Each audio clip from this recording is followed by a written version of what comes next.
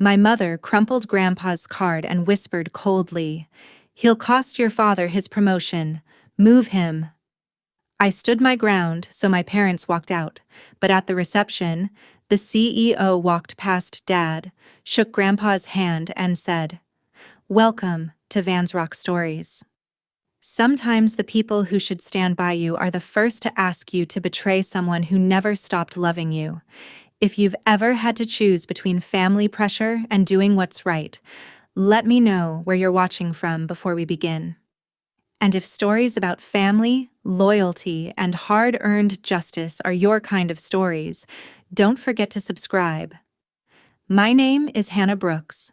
I'm 29 years old, and 2 days before my wedding, my parents gave me a choice that didn't feel like a choice at all.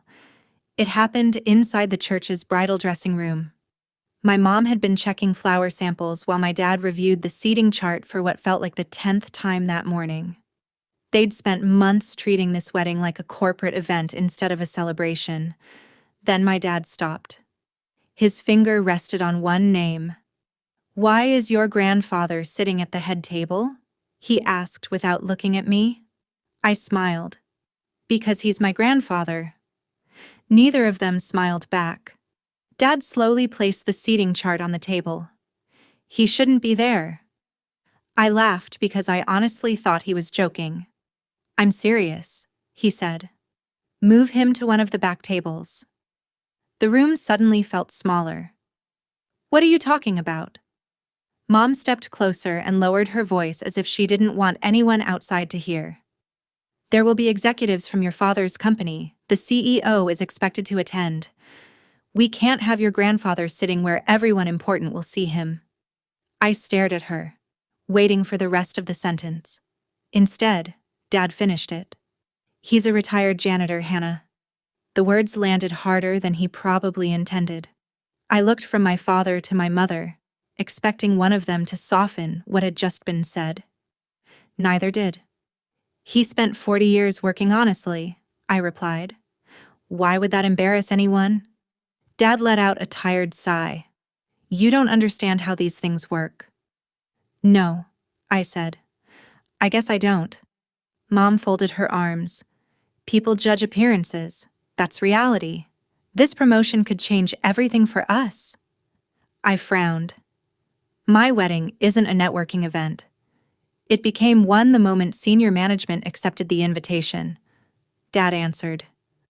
I looked back at the seating chart. Grandpa's name was exactly where I'd wanted it from the beginning, right beside me.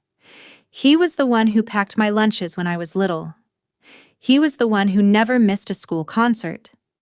He was the one who taught me that respect wasn't something you earned with a job title. If anyone belonged at that table, it was him. "I'm not moving him," I said quietly. Dad's jaw tightened. "You need to stop thinking emotionally." "I'm thinking about family." "So are we." I almost asked how humiliating your own father counted as caring about family, but I already knew that conversation wouldn't go anywhere. Mom picked up the place card with Grandpa's name printed neatly across the front. For a second, she simply looked at it. Then she crushed it in her hand. The sound of thick cardstock folding echoed through the room. She leaned toward me and whispered, "He'll cost your father his promotion. Move him." I carefully took the crumpled card from her hand and smoothed it against the table as best I could. "No." Just one word. Dad grabbed his suit jacket from the chair. "If that's your final answer, don't expect us to support this decision." "I didn't ask you to choose between me and Grandpa," I replied. "But you're asking us to be embarrassed." I shook my head. "No, I'm asking you to respect him." Neither of them answered. They exchanged a look, then walked out of the dressing room without another word. The silence they left behind somehow felt louder than the argument itself. I picked up Grandpa's wrinkled seating card and slipped it back into my wedding folder. As I stared at his name, I realized this had stopped being an argument about where someone would sit. It had become a test of what kind of family we really were. And I had a feeling none of us could walk away from it unchanged. The first image that came back to me wasn't a birthday or a family vacation. It was Grandpa's old pickup truck rattling down a quiet neighborhood street before sunrise. I must have been 6 or 7. He'd buckle me into the passenger seat with a packed lunch sitting between us: peanut butter sandwich, apple slices, a little handwritten note folded into the napkin. He never missed one. While other kids were dropped off by parents rushing to work, I was always holding Grandpa's hand as we walked toward my classroom. "Have a good day, kiddo," he'd say with the same smile every morning. "Learn something worth sharing tonight." I always did. When school ended, he was there waiting again. Sometimes wearing his work uniform. Sometimes still carrying the smell of floor wax and cleaning supplies after finishing an early shift. Back then, none of that embarrassed me. It meant he came anyway. Our little house wasn't fancy. The kitchen cabinets squeaked every time they opened. The heater made strange noises every winter, and Grandpa somehow believed pancakes counted as dinner if you added enough fruit on top. I never complained. To me, it felt like home. At night, we'd sit on the porch with 2 mugs of hot chocolate. Mine had way too many marshmallows because he claimed that was the reward for surviving elementary school. "People will always notice what you do for a living," he once told me, "but the people who matter will remember how you treated them." I didn't fully understand it then. I just nodded because Grandpa usually turned life into lessons without making them sound like lectures. Looking back now, almost every value I have came from those evenings. Respect everyone. Keep your word. Never look down on honest work. And don't measure people by the title on a business card. My parents rarely disagreed with those ideas. They just weren't around enough to teach them. Dad was climbing the corporate ladder in another city. Mom followed every promotion that promised something bigger. They called often enough to ask about grades and birthdays. But Grandpa was the one who showed up when I had nightmares, school plays, scraped knees, or the flu. He signed permission slips. He helped with science projects. He learned how to braid hair from a neighbor because he refused to send me to school looking messy. When teachers thanked my father, Grandpa would smile politely before correcting them. "I'm just her grandpa." Just. That word never sounded small until years later. As I grew older, weekends with my parents became more regular. Their neighborhood looked nothing like Grandpa's. Bigger houses, newer cars. Every lawn trimmed perfectly. Mom loved giving tours whenever they bought something new. Dad talked about executives the way sports fans talked about famous athletes. "This vice president started with nothing," he'd say proudly. That's the kind of success people respect. Grandpa never argued when they spoke like that. He'd simply refill someone's glass or help clear the dishes before anyone asked. I noticed it more each year. The quieter Grandpa became, the louder my parents seemed to chase the next achievement.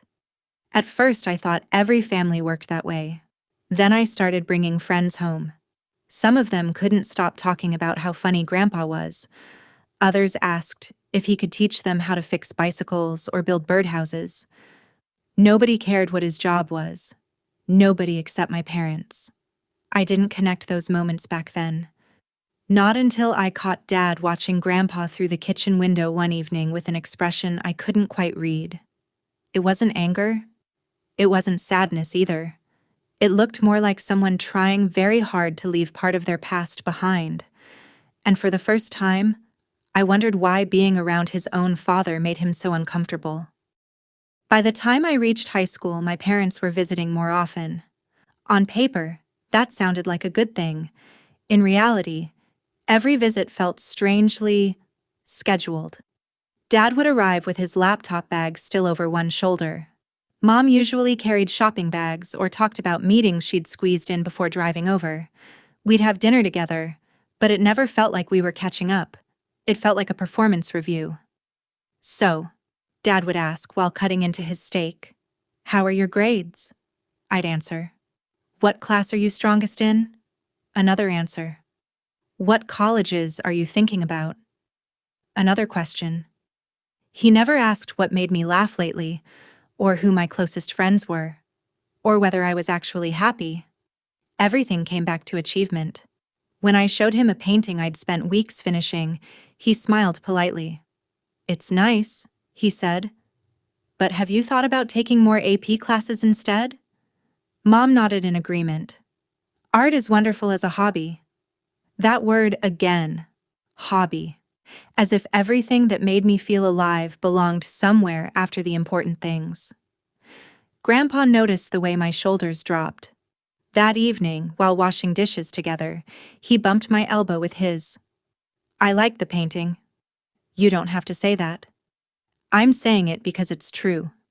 He dried one plate before looking at me. "You don't create something because everyone else approves. You create it because it says something honest." I smiled. Somehow, 2 sentences from Grandpa always carried more weight than an hour-long conversation with my parents. The pattern never really changed. If I got an A, Dad wanted to know why it wasn't an A+. If I joined a volunteer project, Mom asked whether it would help my college applications. Every accomplishment became another stepping stone toward the next one. There was never a moment to simply enjoy it. Even birthdays turned into conversations about the future. "Success takes planning," Dad reminded me more than once. Grandpa celebrated differently. When I passed my driver's test, he took me out for burgers. When I finished finals, he rented an old movie we'd already watched 5 times. When I had a rough week, he didn't offer advice first. He asked if I wanted to take a walk. The difference was impossible to ignore. One side of my family wanted results. The other wanted me. As I got older, I also started noticing something else. Whenever Grandpa entered the room, my parents became careful, not rude, just distant. Dad rarely looked him in the eye for long. Mom kept conversations short and practical. "How's work? Everything okay? Good to see you." That was usually it. No stories, no laughter, no lingering at the dinner table. Grandpa never complained. He'd ask Dad about work, congratulate Mom on another promotion, then quietly refill everyone's drinks before sitting back down. It was almost like he was trying to make things easier for them. One Sunday afternoon, I found Grandpa replacing a loose board on the back porch, while Dad stood inside taking a business call. I walked outside and held the flashlight. "You know," I said, "you don't have to fix everything around here." Grandpa chuckled. "I know." "So, why do you keep doing it?" He tightened one last screw before answering. "Because this is still my family's home." Simple. No resentment, no bitterness, just quiet certainty.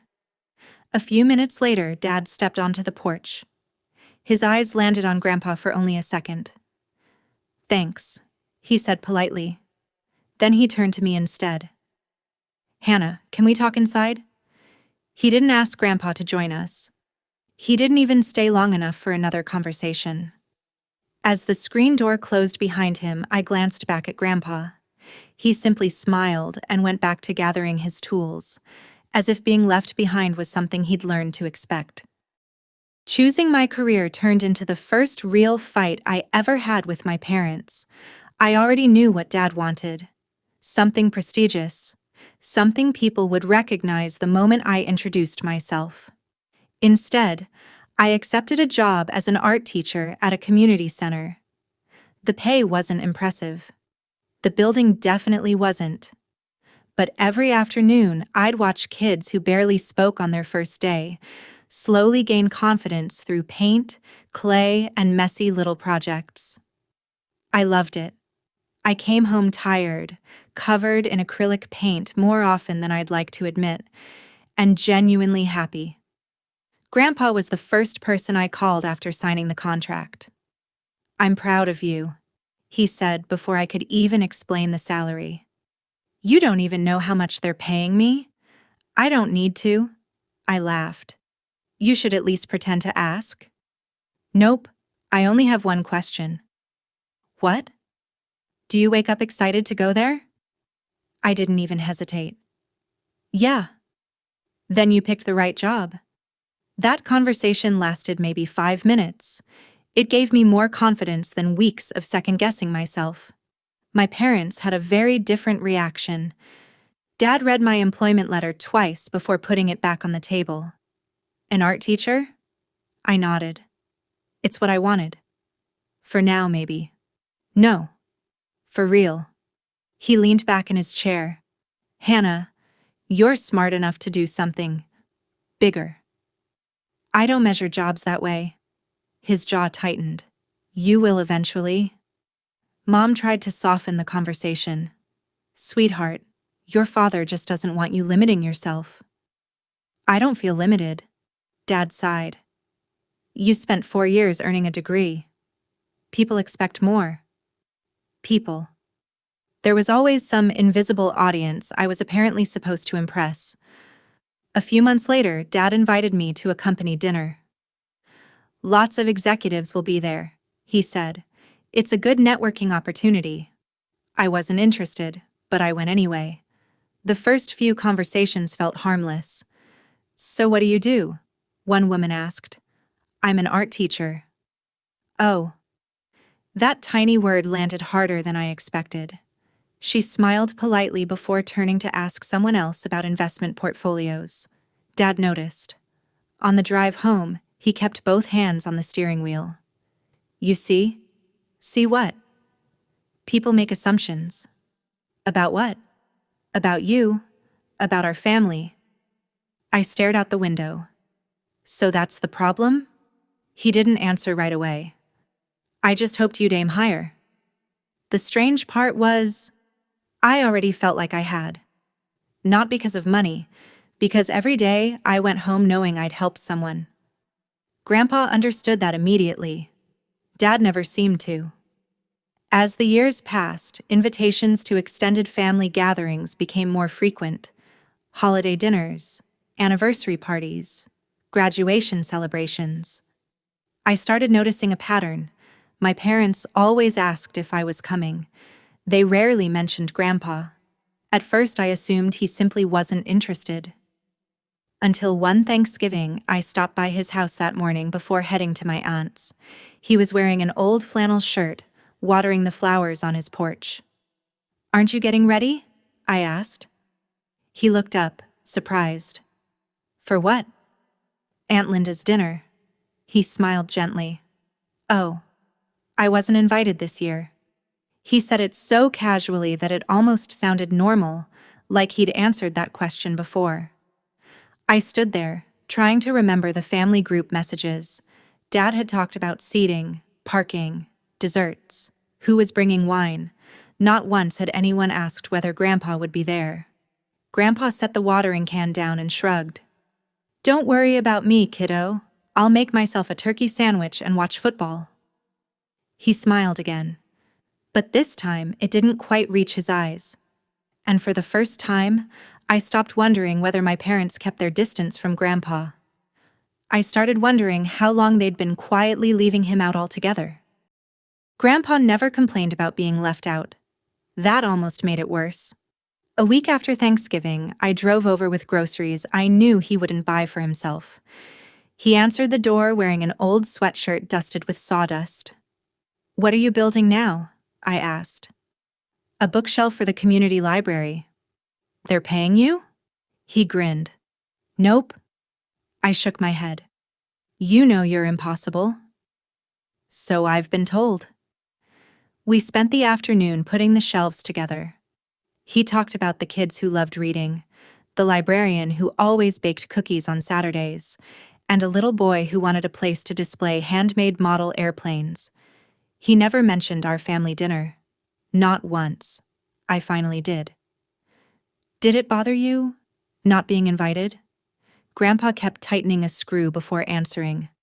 Families get busy. That's not an answer. He looked at me with the same calm expression he always had. Hannah, don't spend your life counting invitations. I wanted to push harder. Instead, I let it go. Mostly because I knew he wanted me to.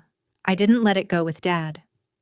A few days later, I met him for lunch near his office downtown. He spent the first 10 minutes talking about a new client and an upcoming restructuring at work. I waited until our meals arrived. Dad. Can I ask you something? He nodded. Why do you keep Grandpa at a distance? His fork stopped halfway to his mouth. What do you mean? You barely talk to him. He's left out of family events. You act like you're co-workers instead of father and son. He set the fork down. It's complicated. It doesn't have to be. It does.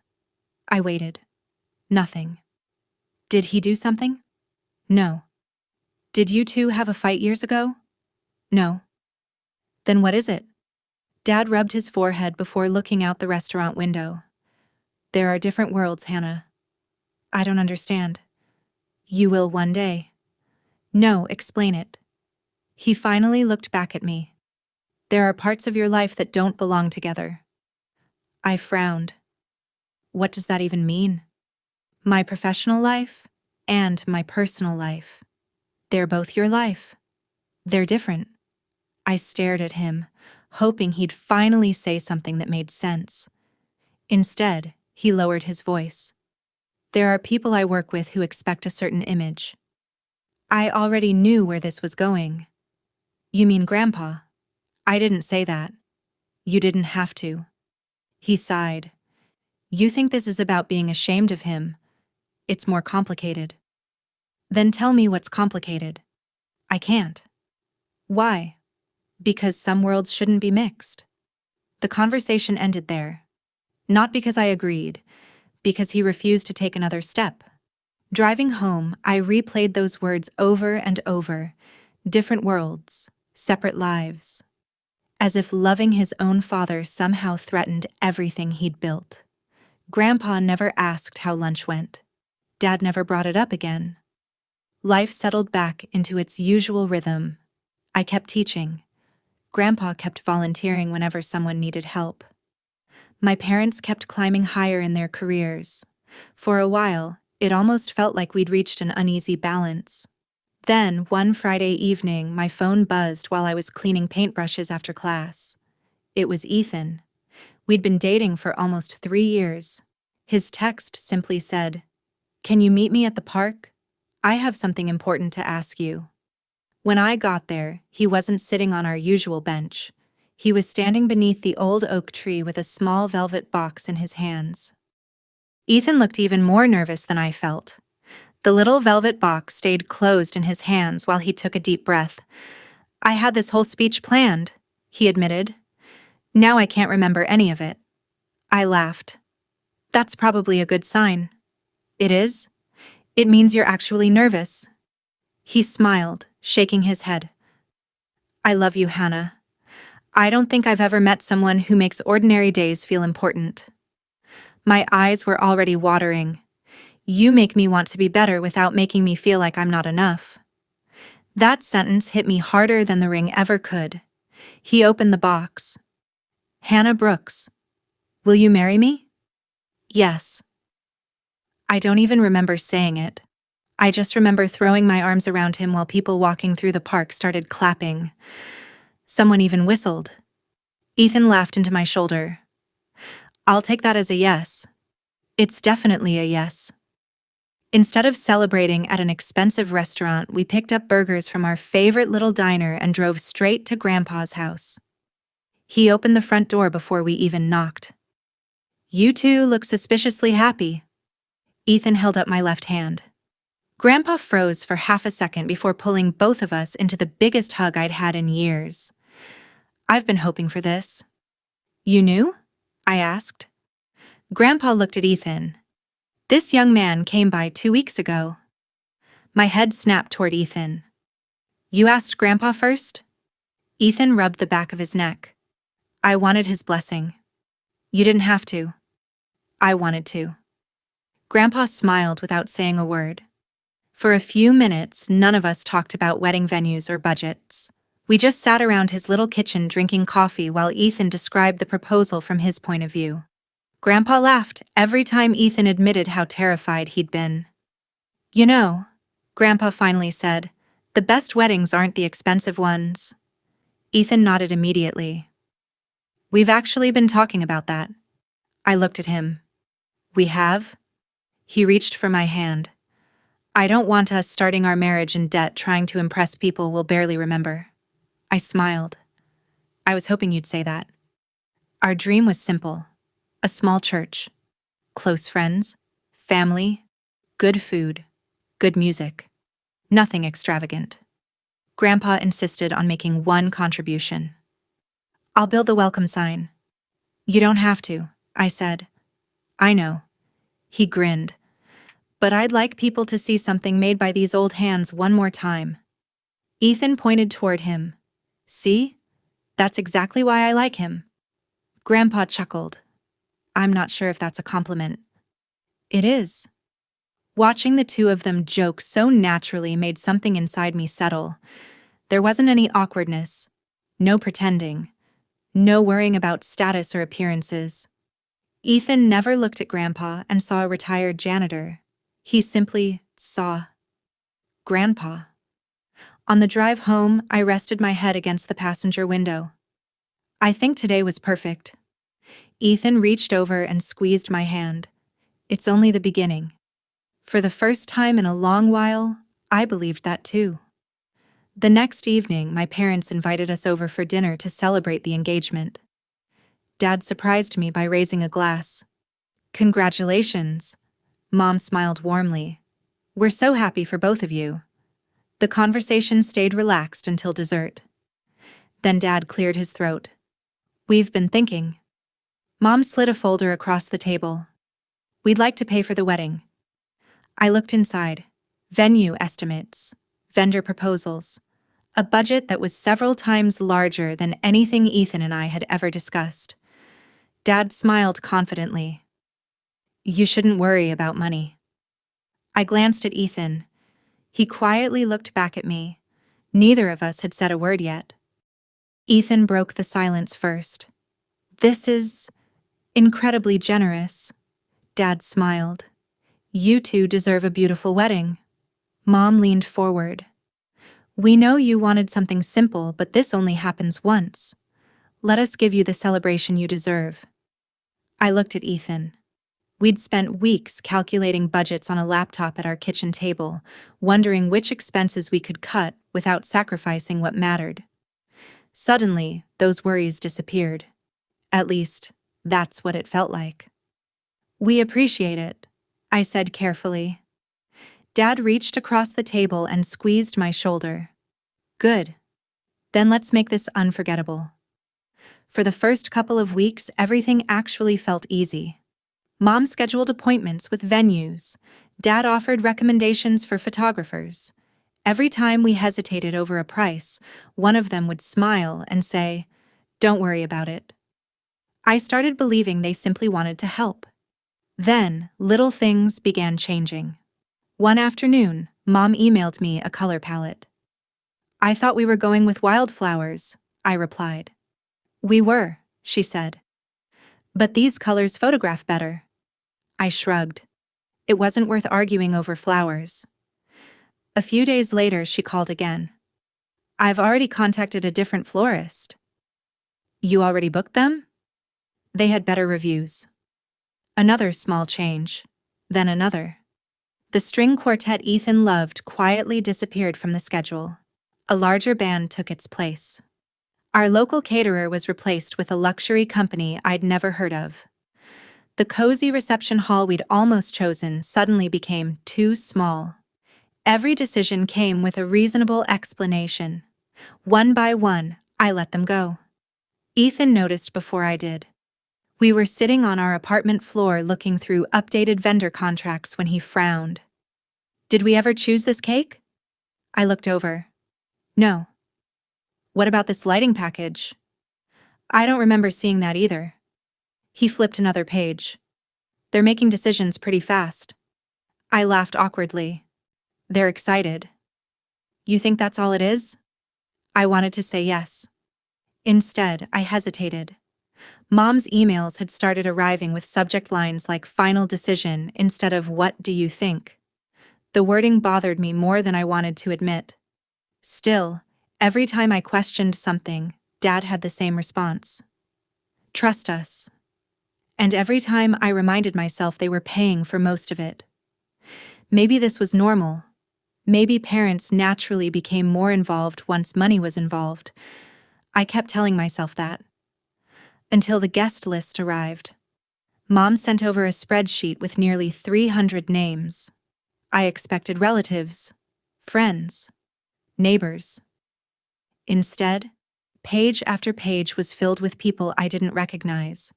Regional directors, senior vice presidents, board members, consultants, department heads. I scrolled for several minutes before finally calling Dad. There has to be a mistake. What do you mean? I don't know half these people. You don't need to. It's our wedding. They're important business contacts. I blinked. For who? There was a brief pause. For me. I opened the spreadsheet again. The names suddenly looked different. This wasn't a family guest list. It looked more like the seating chart for a corporate conference. And my wedding was right in the middle of it. I thought we agreed this wedding was about us. Ethan's voice was calm, but I could hear the concern underneath it. We were sitting at our kitchen table, surrounded by invitation samples and seating drafts. Most of the papers weren't even ours anymore. Mom had taken them home after the last planning meeting because, according to her, she could organize everything faster. She wasn't wrong. Within a week, she'd booked a luxury florist, upgraded the dinner menu, hired a live string quartet, and somehow convinced us that every decision had already been made. At first, it felt like a huge weight had been lifted off our shoulders. Now it felt like we weren't planning our own wedding anymore. I picked up the latest guest list. It was much thicker than the version Ethan and I had started with. I don't recognize half these people, I said. Ethan leaned closer. Neither do I. We began reading the names together. Regional directors, vice presidents, department heads, board advisors. Most of them worked for my father's company. There were only a handful of our own friends on the first few pages. I thought your dad said these were family friends. They're not. I recognized several names from stories Dad used to tell about work. People he'd never once invited to a birthday, never mentioned during holidays. Yet somehow they were suddenly considered essential guests at my wedding. A knot formed in my stomach. That evening, I drove to my parents' house carrying the guest list. Dad was in his home office polishing a presentation on his laptop. He barely looked up. Need something? I held up the papers. Why are there over 100 people from your company on my guest list? They're important. Important to who? He sighed as though I was asking an obvious question. To everyone. No, Dad, important to you. He finally closed the laptop. They've supported my career for years. So, this is your thank you dinner? It's more complicated than that. Then explain it. He stood and walked toward the window. Our CEO doesn't attend many personal events. I frowned. So he's accepted our invitation. The way he said our made something inside me tighten. Our invitation? Our family's invitation? No, I corrected quietly. It's Ethan's and mine. Dad turned around. You don't understand how significant this is. Help me understand. If everything goes well, he paused. There will be opportunities. What kind of opportunities? He hesitated just long enough for me to answer my own question. This is about your promotion. He didn't deny it. Instead, he straightened the sleeve of his suit jacket even though he wasn't wearing the full suit. It's not just a promotion. I stared at him. This reception is supposed to celebrate a marriage. It can do both. I let out a short laugh. I can't believe that's how you see it. He looked genuinely confused. You're getting the wedding you've always wanted. No, Dad. My wedding was never supposed to be a corporate networking event. He rubbed his forehead. You're focusing on the wrong thing. And what should I be focusing on? Making a good impression. For who? He didn't answer. He didn't have to. The answer was obvious. The CEO. When I got back home, Ethan was still looking over the seating drafts. He glanced up as soon as I walked in. Well? I dropped the guest list onto the table. You were right. He studied my face. This isn't really our wedding anymore, is it? I looked around at all the expensive plans spread across the room, the flowers, the upgraded menu, the endless lists. Every change suddenly made sense. None of it was really about us, not even close. I slowly picked up the newest seating chart. At the very top, above every other guest, was a highlighted note in Mom's handwriting. CEO. Priority placement. The first thing I gave up was the music. Mom emailed me a playlist she'd already approved with the band. It's elegant, she said over the phone. The kind of music executives appreciate. I laughed a little. I was thinking about something more relaxed. You'll thank me later. I didn't argue. It was only music. Or at least, that's what I told myself. A few days later, the florist called. I just wanted to confirm the updated arrangements your mother requested. Updated? Yes. She changed the flowers, the table centerpieces, and the ceremony arch. I stared at my notebook. I never approved any changes. There was an awkward silence. We assumed she'd already discussed everything with you. I thanked her and hung up. When I asked Mom about it, she sounded almost amused. Honey, the original flowers looked inexpensive. I liked them. You liked them because you don't know what photographs well. I opened my mouth to argue, then closed it again. She had already paid the deposit. Changing it back would only create another problem, so I let it go. One decision became another. The cake, the linens, the lighting, the guest favors. Every time Ethan and I made a choice, somehow it came back different. Mom always had a reason. It'll look classier. It fits the venue. It creates a better impression. I started noticing a pattern. She never asked what we wanted anymore. She simply informed us what had been decided. One evening, Ethan found me crossing things off the wedding checklist. Everything okay? I shrugged. I don't even know which list I'm supposed to follow anymore. He sat beside me. We can push back. I know. Then why don't we? I looked down at the papers. Because every conversation turns into a fight. He nodded slowly. I've noticed.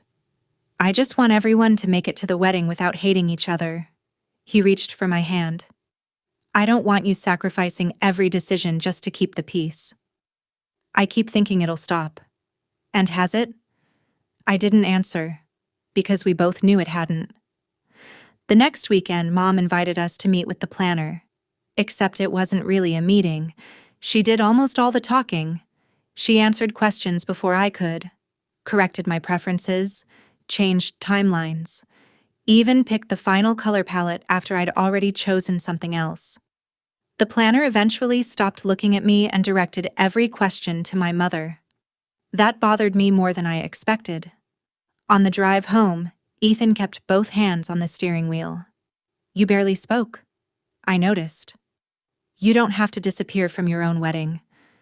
His words stayed with me. Disappear. That was exactly how it felt. Not because anyone told me to stay quiet, because every time I spoke, someone louder made the decision for me. 2 evenings later, my phone buzzed while I was making dinner. Mom, final seating chart attached.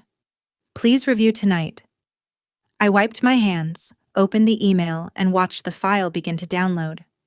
For some reason, my stomach tightened before I even opened it.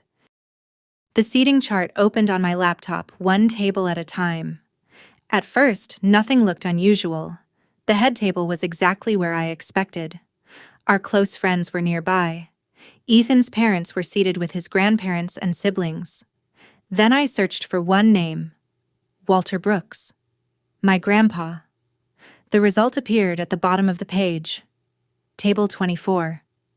I frowned. There were only 24 tables. That meant he was sitting at the very back of the ballroom. I zoomed in to make sure I wasn't reading it wrong. No. Table 24 was tucked into a corner near the service doors, almost hidden behind a decorative divider. I grabbed my phone and called Mom. She answered cheerfully. "Did you get the seating chart?" "I did." "Great. Isn't it much more balanced now?" "Why is Grandpa at table 24? There was a brief pause. "It makes the room flow better." "No, it doesn't. It's only a table." "It's not only a table." She sighed. "I knew you'd focus on that." "Then explain it." "We're expecting important guests." "So?" "They'll be sitting near the front." "I know." "It wouldn't look appropriate." I felt my grip tighten around the phone. "What exactly wouldn't look appropriate?" She lowered her voice.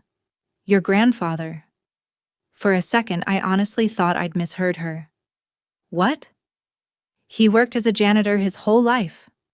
"I know what he did." "Your father's CEO will be there. So will board members and senior executives." I couldn't believe where the conversation was going. "And?" "We don't want unnecessary questions." I stared out the window. "What questions?" She spoke slowly, as if explaining something obvious. "If he's sitting near the executives, people will assume he's immediate family." "He is immediate family." "I mean..." She stopped herself. "No," I said quietly. "Finish the sentence." Another silence. Finally, she admitted it. "We're trying to avoid awkward conversations." My chest tightened. "So you're hiding Grandpa?" "Don't be dramatic." "You put him by the service entrance." "It's simply the least visible table." Those words hit harder than I expected. Least visible. Not because he was loud, not because he'd caused trouble, because they didn't want him to be seen. I ended the call before I said something I'd regret. Ethan looked up as I walked into the living room. "What happened?" I handed him the seating chart. He found Grandpa's name almost immediately. His expression changed. "They actually did this?" I nodded. "They said it'll avoid awkward conversations." He shook his head. "There isn't anything awkward about your grandfather." "I know. I've never met anyone kinder." Neither had I. That afternoon I drove to Grandpa's little house. He was trimming roses in the front yard like it was any other day. When he saw me, he smiled. "Perfect timing. I just made lemonade." I tried smiling back. Inside, I placed the printed seating chart on the kitchen table. He adjusted his reading glasses. "Oh." That was all he said. Just, "Oh." "Weren't you going to ask why you're sitting in the very back?" He folded the paper carefully. "I assumed there was a reason." "There is." I couldn't keep the frustration out of my voice. "They don't want you in the photos with the VIP guests." He was quiet for a moment. Then he reached across the table and patted my hand. "It's all right, sweetheart." "No, it isn't. I've sat in the back before. This is different." He gave me the same gentle smile he'd worn my entire life. "I don't need the best seat. You deserve it. What I deserve is seeing you happy on your wedding day." I felt tears threatening, but he simply squeezed my hand. "Promise me something." "What?" "Don't turn this into a fight because of me." He waited for my answer. And for the first time since the planning began, I wasn't sure I could make him that promise. Grandpa never brought up the seating chart again. Instead, he walked into his bedroom and came back carrying an old navy garment bag. "I almost forgot," he said with a smile. "Would you tell me what you think?" He carefully unzipped it and pulled out a dark gray suit. I'd seen him wear it only twice in my life. Once at my high school graduation, once at my college graduation. He brushed an invisible speck of dust from the sleeve. "I had it cleaned last week." I swallowed the lump in my throat. "It looks great, Grandpa." "You don't think it's too old?" "No." The tailor let the sleeves out a little. He chuckled. Turns out I shrank less than I expected. I laughed despite everything. You definitely didn't shrink. He held the jacket against himself and looked into the hallway mirror. I want to look respectable. The word hit me harder than he probably realized. Respectable. As if he still felt the need to earn it. You always do. He smiled without looking away from the mirror. I know your parents have important friends coming. I stayed quiet. I don't want anyone thinking your family doesn't know how to dress. I walked over and straightened his tie even though he wasn't wearing one yet. No one's going to judge you. He looked at me with that familiar, gentle expression. People judge everybody, sweetheart. There wasn't any bitterness in his voice. Just experience. He folded the suit carefully and slipped it back into the garment bag. I've been saving this for your wedding. I remembered him skipping little luxuries for years. He patched old shirts instead of buying new ones. He fixed broken furniture himself. He drove the same pickup truck until it barely started. Yet somehow he'd quietly paid to have the suit cleaned and altered without mentioning it to anyone. Just for one day. For my day. That realization hurt more than anything Mom had said. Before I left, Grandpa packed a small container of homemade cookies into my hands. Ethan likes these. You made them today? This morning. You really didn't have to. I know. He winked. I wanted to. Driving home, I couldn't stop thinking about how different he and my parents were. Grandpa never asked what people could do for him. He only wondered what he could do for them. That evening, Ethan and I stopped by his house again to drop off a few wedding updates. We found Grandpa sitting on his porch with a small notebook. He closed it almost immediately when we walked up. Planning your dance moves? Ethan joked. Grandpa laughed. I'd spare everyone that. For a split second, I noticed several neatly folded papers tucked inside the notebook. He slipped them into his jacket pocket before changing the subject. It wasn't secretive exactly.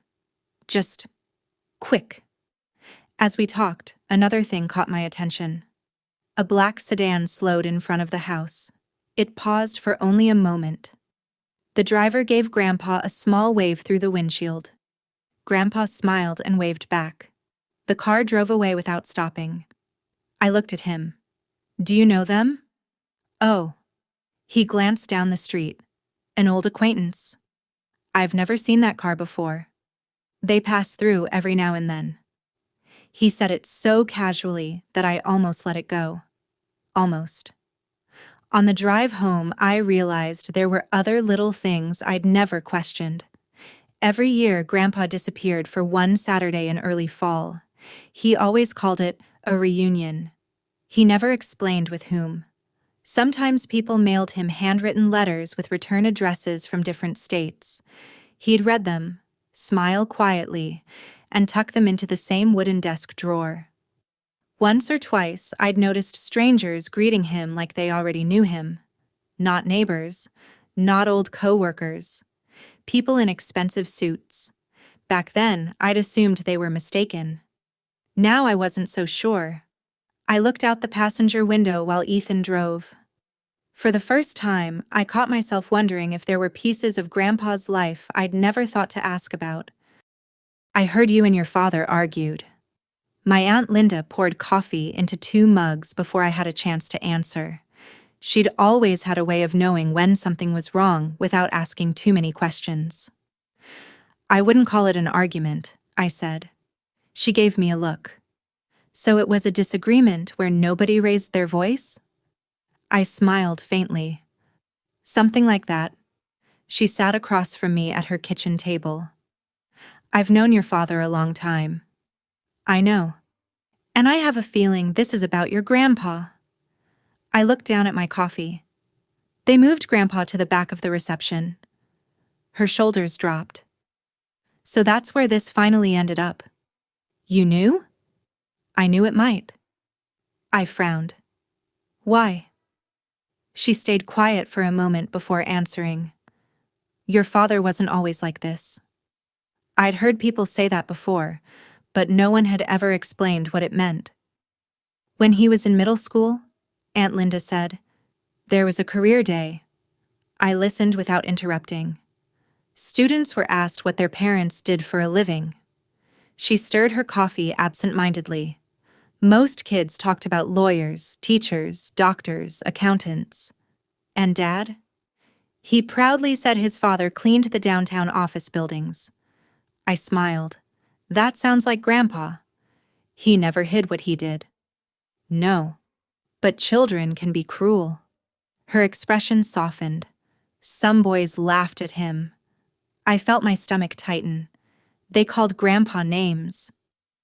They called your father names too. She looked out the window for a second. They asked if he smelled like mop water. I closed my eyes. They joked that his father emptied trash cans. The room became very quiet. What did Grandpa do? He picked your father up from school that afternoon like always. Did Dad tell him? Aunt Linda nodded. He did. And Grandpa? He apologized. I stared at her. For what? For making his son's life harder. That hurt almost as much as the story itself. He shouldn't have had to apologize. I know. But that's the kind of man he was. She smiled sadly. He believed work was work. Honest work deserved respect. I remembered Grandpa saying almost those exact words to me when I was little.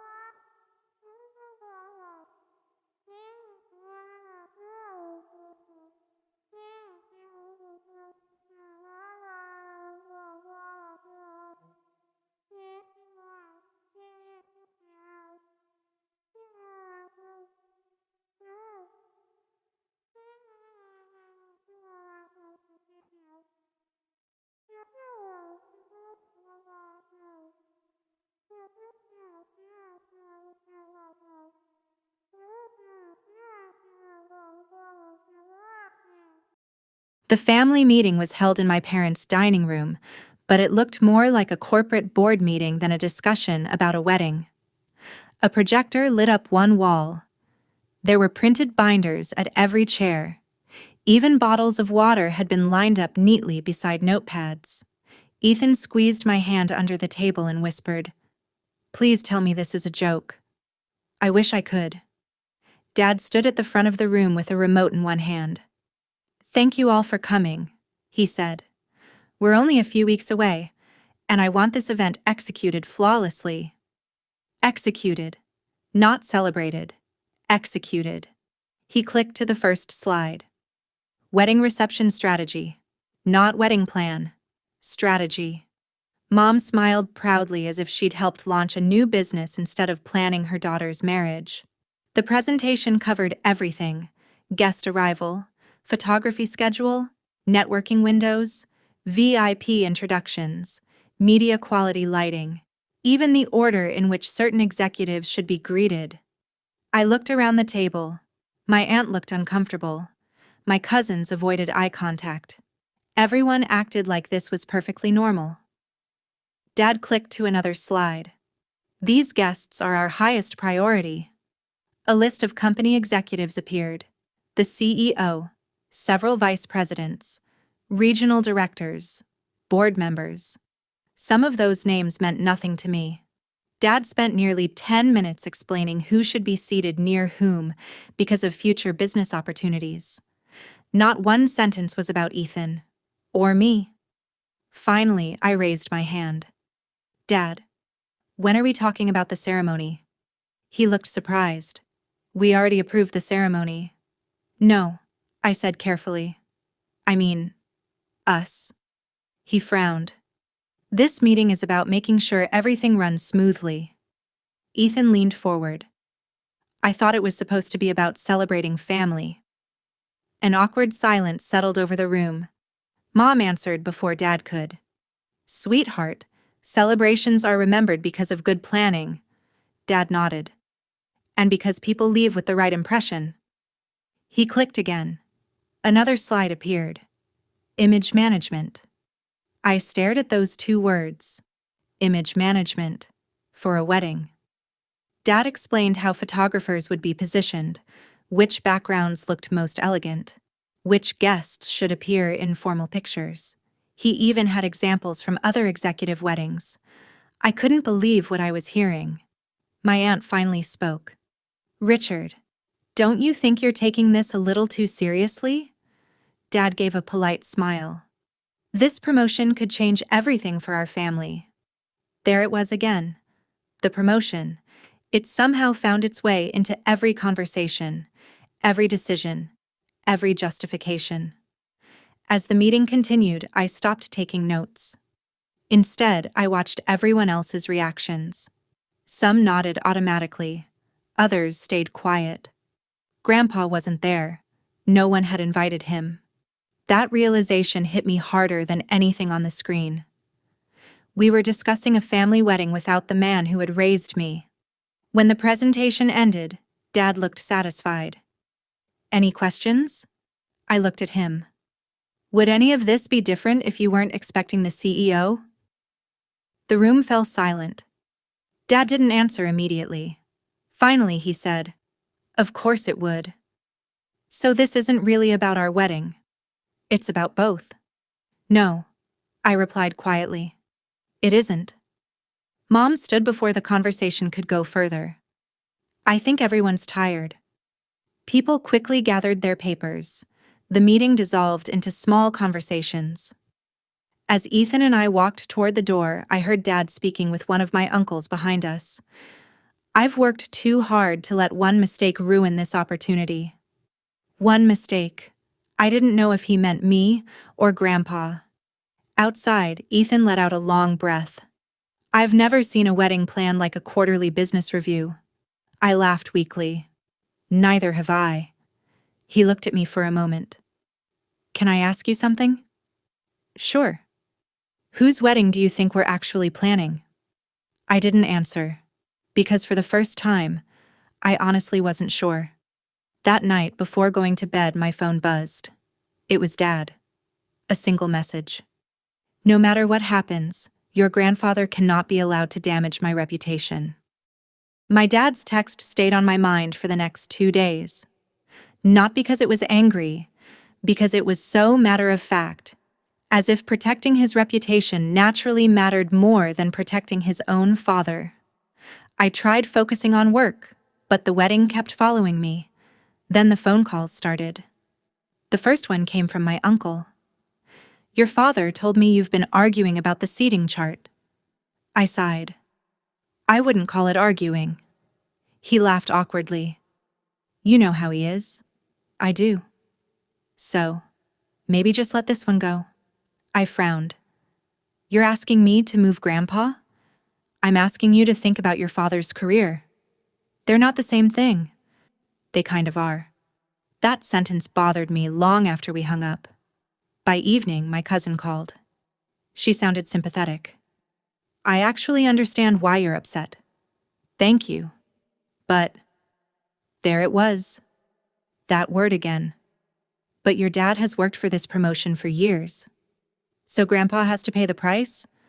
No, it's only one table. It's not about the table. I know. Her voice softened. I just don't want your wedding to become a family disaster. Neither did I. But somehow everyone kept acting like I was the one creating the disaster instead of the people asking me to hide my grandfather. The next afternoon, Aunt Linda invited me to lunch. For a moment, I thought someone finally wanted to ask how I was doing. Instead, halfway through our meal, she folded her hands together. "Honey, your father isn't a bad man. I never said he was. He carries a lot of pressure. I know.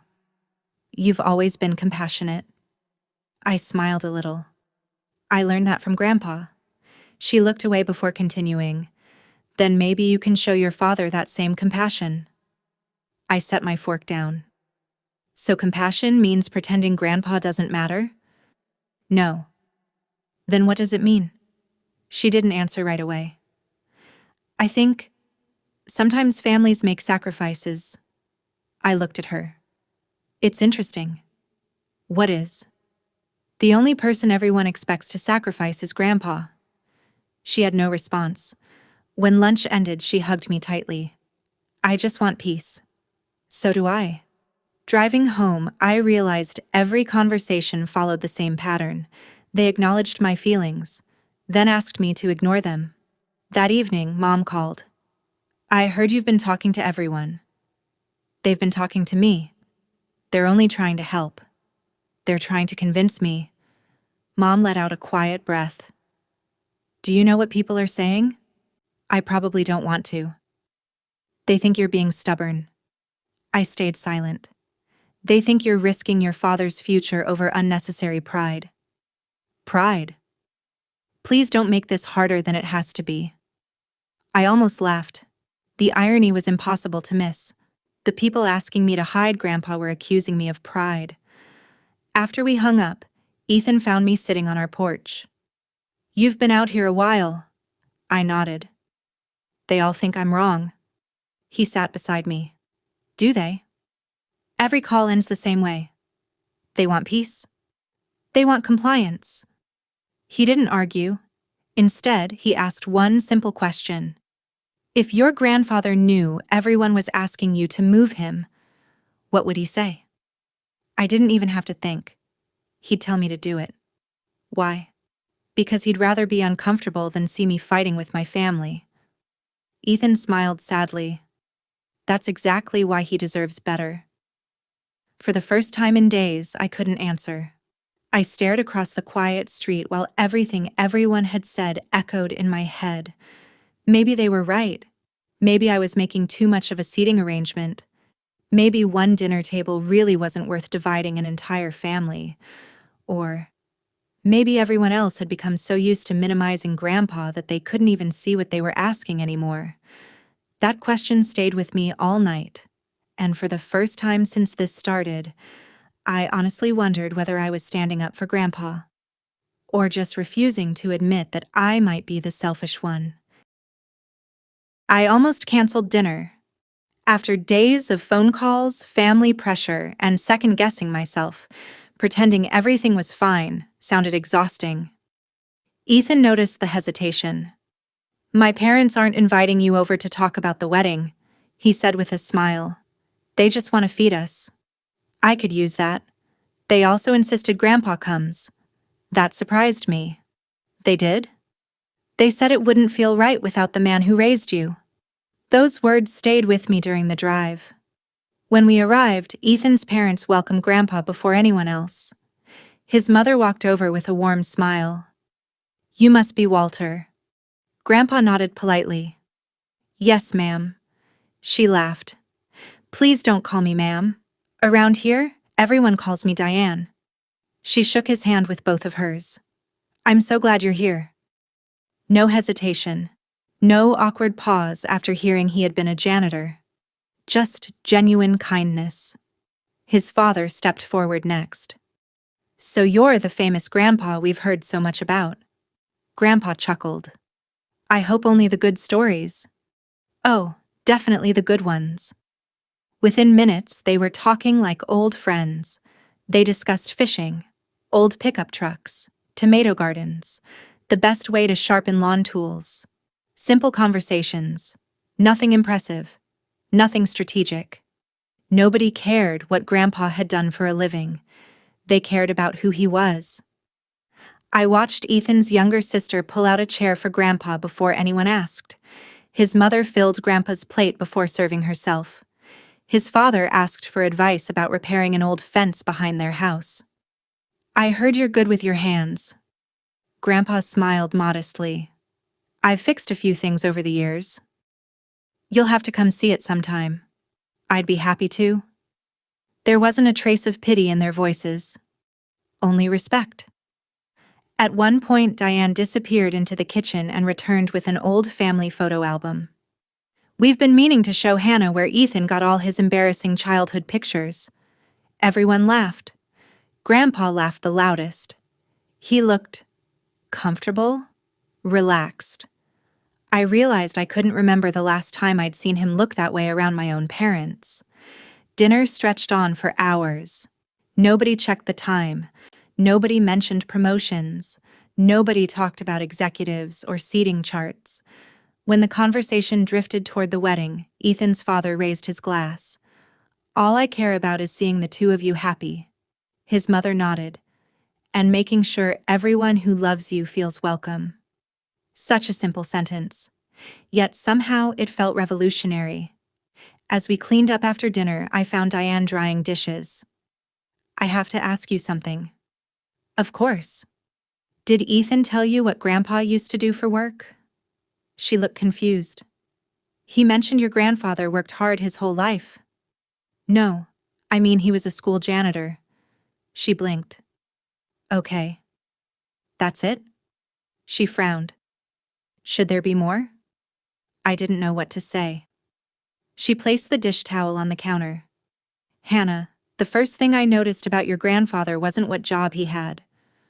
"What was it?" "The way everyone in this room relaxed the minute he started talking." I looked toward the dining room.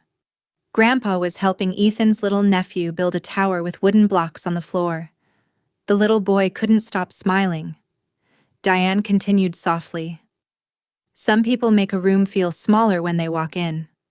She smiled toward Grandpa. "Your grandfather makes it feel like home." My throat tightened. On the drive home, Grandpa thanked Ethan's parents at least 3 different times. "They're wonderful people," he said quietly. "They really are," I replied. He smiled out the window. "I hope your parents can come around before the wedding." Even after everything, he still hoped for reconciliation. He wasn't angry. He wasn't bitter. He simply wanted everyone together. That hurt more than if he'd been furious. As I watched him quietly admire the passing lights through the car window, one thought refused to leave my mind. The problem had never been Grandpa. The problem was that my own family was the only one who had ever looked at him and seen someone they needed to hide. The morning after dinner with Ethan's family, I decided it was time to stop guessing. If everyone kept telling me, "It's just one table," then I wanted to know how much of my wedding was actually still mine. I called our florist first. "Hi, this is Hannah Brooks. I just wanted to confirm a few details about the flower arrangements." The woman on the phone paused. "I'm sorry. Are you calling with your mother's permission?" I frowned. "My mother's permission?" "Yes. Mrs. Brooks asked us to direct all future changes through her." I sat up straighter. "What do you mean, all future changes?" "She's listed as the primary contact now." I thanked her and hung up, telling myself it was probably just one vendor. Then I called the photographer. Same answer.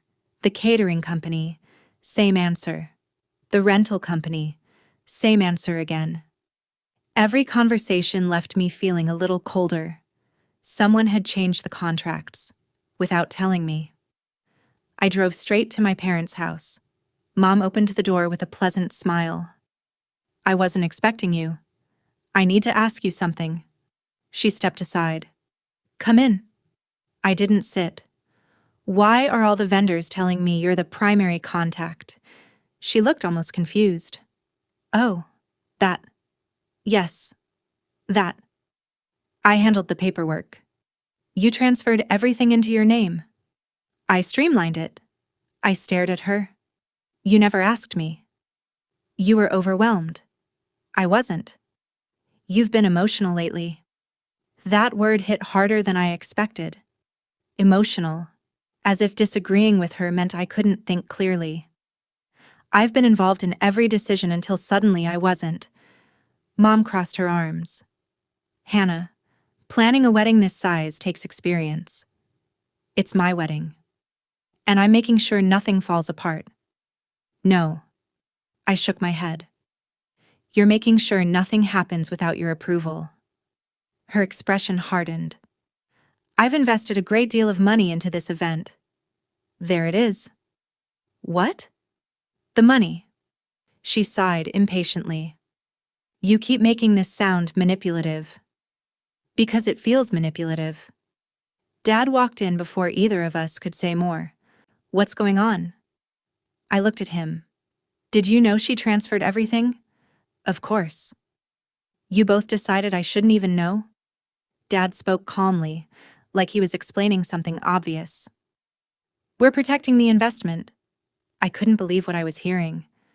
My wedding isn't an investment. It became one the moment we agreed to finance it. The room went quiet. For the first time, neither of them even pretended this was about helping me, it was about control. I left before the argument got worse. Back in my car, I spread every wedding folder across the passenger seat.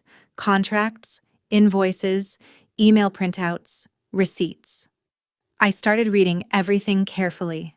Most of the signatures were mine, but amendment forms had been filed afterward. Authorized contacts had changed. Decision rights had changed. Approval requirements had changed. All legally, all quietly. I spent the rest of the afternoon calling vendor after vendor. Some apologized. Some assumed I already knew.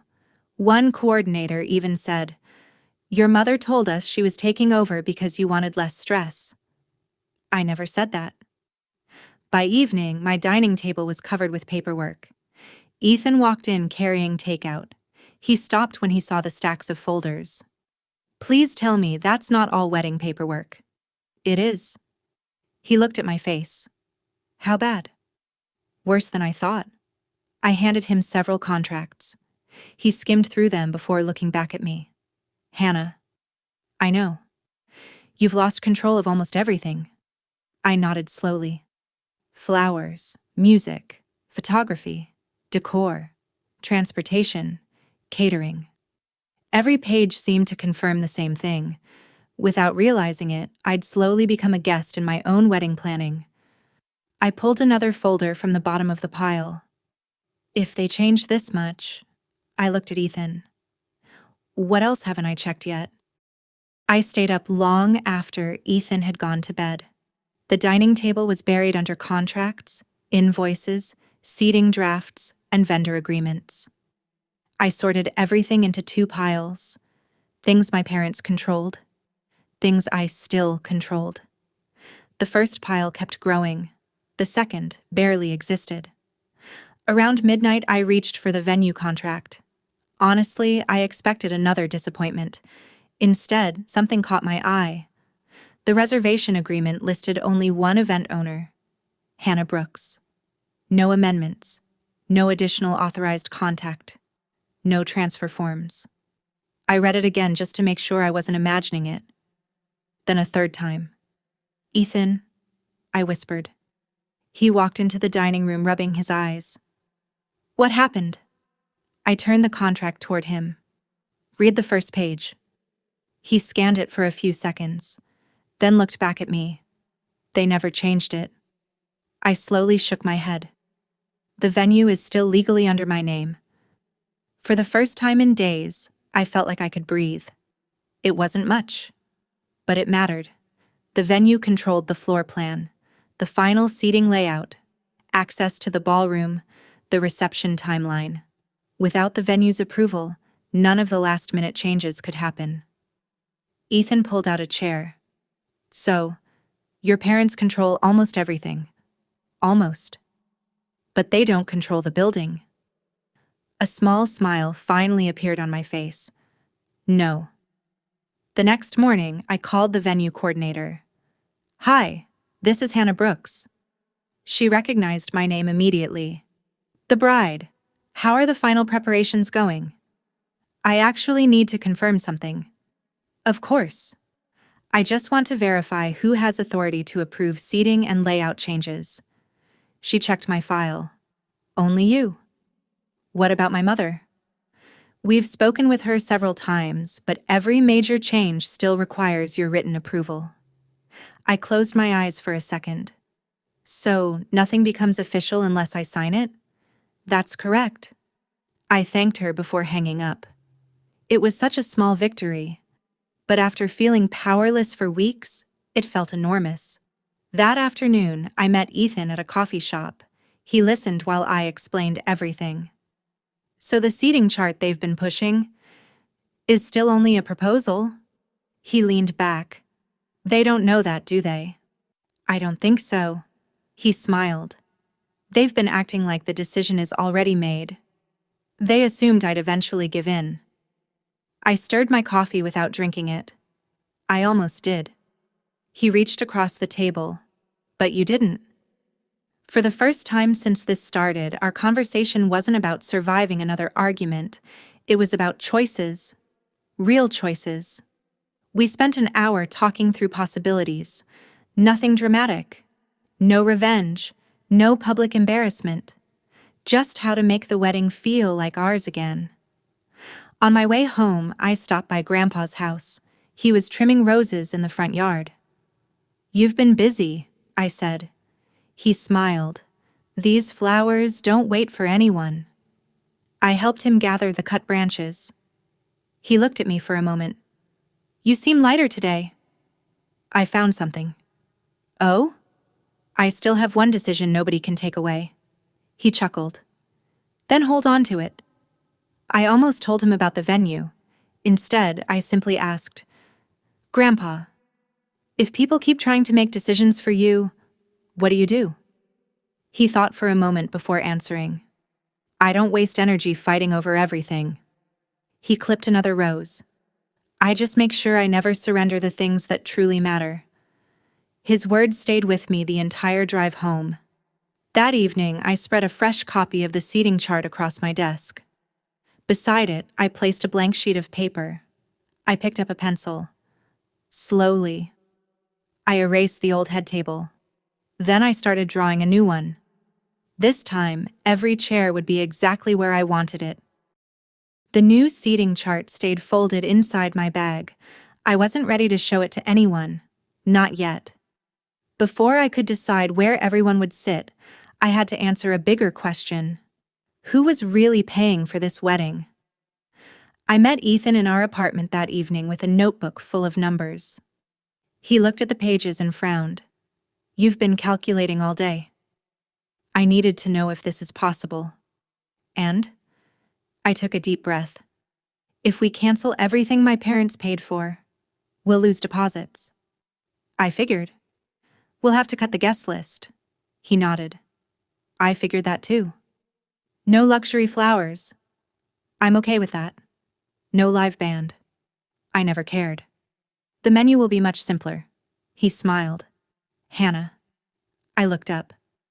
I wasn't marrying the centerpieces. That made me laugh for the first time in days. We spent hours making phone calls. Some vendors couldn't refund us. Others offered smaller packages. A few were surprisingly understanding. One florist even said, "Small weddings are usually the ones people remember." By midnight, our dream wedding looked completely different. Smaller, simpler, affordable, and somehow, more like us. The next morning, I walked into my parents' house carrying a cashier's check and a folder. Dad immediately noticed the envelope. What's this? I placed it on the table. Your money. Neither of them moved. Mom looked confused. What are you talking about? I'm returning every dollar you've paid toward the wedding. Silence. Dad slowly pushed the envelope back toward me. Don't be ridiculous. I'm serious. Hannah. I won't accept money that comes with conditions. Mom crossed her arms. So this is about the seating chart. It's about control. Dad's voice became firmer. You can't afford the wedding without us. I know. So think carefully before making emotional decisions. I already have. I slid the envelope back across the table. We're canceling the luxury package. Mom stared at me. The ballroom design? Cancelled. The premium catering? Cancelled. The imported flowers? Gone. Dad looked genuinely stunned. You'd throw all of that away? No. I answered calmly. I'm giving it back. For several seconds, nobody spoke. Then Mom laughed. Not because she thought it was funny, because she couldn't believe I would actually do it. You'll embarrass yourselves. We'll survive. What will people think? I looked directly at her. For the first time, I honestly don't care. Dad picked up the envelope but didn't open it. You'll regret this. Maybe. But at least it'll be my decision. I walked out before they could stop me. Outside, my hands were shaking, not because I doubted the choice, because making it had been terrifying. I sat in my car for several minutes before starting the engine. Then my phone rang. Dad. I answered. Yes? You still have time to fix this. I've already made my decision. So have I. His voice was colder than I'd ever heard it. If you reject our help... He paused. Don't expect us to stand there pretending everything is fine. The line went quiet. What does that mean? It means your mother and I won't participate in a wedding that ignores our wishes. You'd miss your own daughter's wedding? I hope it doesn't come to that. Then he hung up. I stared at the phone in disbelief. A few minutes later, Mom sent a single text. Think carefully. This decision affects more than just you. I read it twice before locking my screen. For weeks, my parents had controlled the wedding with their money. Now they couldn't. And without that leverage, they had reached for the only thing they still had left. The first Saturday after we canceled the luxury reception felt strangely quiet. No wedding planners rushing through schedules. No endless phone calls from my mother about flower arrangements. No spreadsheets with color-coded seating charts. Just Ethan and me standing in the community hall we'd reserved months ago before everything got complicated. He looked around, hands in his pockets, then smiled. You know, he said, I actually like this place. I laughed. You weren't saying that when we toured those fancy hotels. I was trying to keep up with your parents. Yeah, I don't have to anymore. That sentence lifted something off my shoulders. We started making a list of everything we still needed. Chairs, tablecloths, a small sound system, someone to bake the cake. It looked impossible on paper. Then people started showing up. Mrs. Carter from across the street walked in carrying 3 boxes. I heard you two are putting the wedding together yourselves, she said. I've got decorations left from my daughter's reception. She opened the boxes. Inside were candles, table runners, glass jars, ribbons, and dozens of tiny decorations she'd carefully packed away. I've been saving these for years, she said. They deserve another celebration. Before I could thank her properly, another knock came. Mr. Alvarez from Grandpa's neighborhood stepped inside with a folding ladder. I can handle the lights, he said. Don't hire anyone. An hour later, 2 women from the library where I worked arrived with homemade cookies and notebooks full of volunteer schedules. We already divided the jobs, one of them said. You... what? We figured you'd be too busy to ask for help. I stared at them. You planned this? They grinned. You've helped everyone in this town at some point. You covered shifts. You organized reading programs. You stayed late for kids who had nowhere else to go. It's our turn. For the first time in weeks, I felt my eyes burn for a reason that had nothing to do with anger. Grandpa quietly slipped into the hall carrying an old toolbox. I figured something probably needed fixing. Within minutes, he was tightening loose chair legs and repairing a wobbly serving cart like he'd been hired for the job. Nobody looked down on him. Nobody whispered. People greeted him by name. Several even hugged him. One teenager walked over carrying a broken decoration stand. "Mr. Walter, could you take a look at this?" Grandpa smiled. "Let's see what we've got." Watching him surrounded by people asking for his help made something painfully clear. My parents had spent years seeing only his uniform. Everyone else saw the man. The afternoon passed faster than I expected. Someone donated fresh flowers from a local greenhouse. A bakery offered our wedding cake at cost after hearing what had happened. A musician I barely knew volunteered to play during the ceremony because, as she put it, good weddings deserve good music. Nobody asked how much influence my father had. Nobody cared what company he worked for. They were simply happy for us. Ethan squeezed my hand while we watched everyone moving around the hall. "This feels like a wedding," he whispered. "It finally does." Even Grandpa looked lighter. He wasn't worrying about where he would sit anymore. He was laughing with neighbors while showing a little boy how to tighten a loose screw with a screwdriver. That picture stayed with me. Love looked surprisingly ordinary.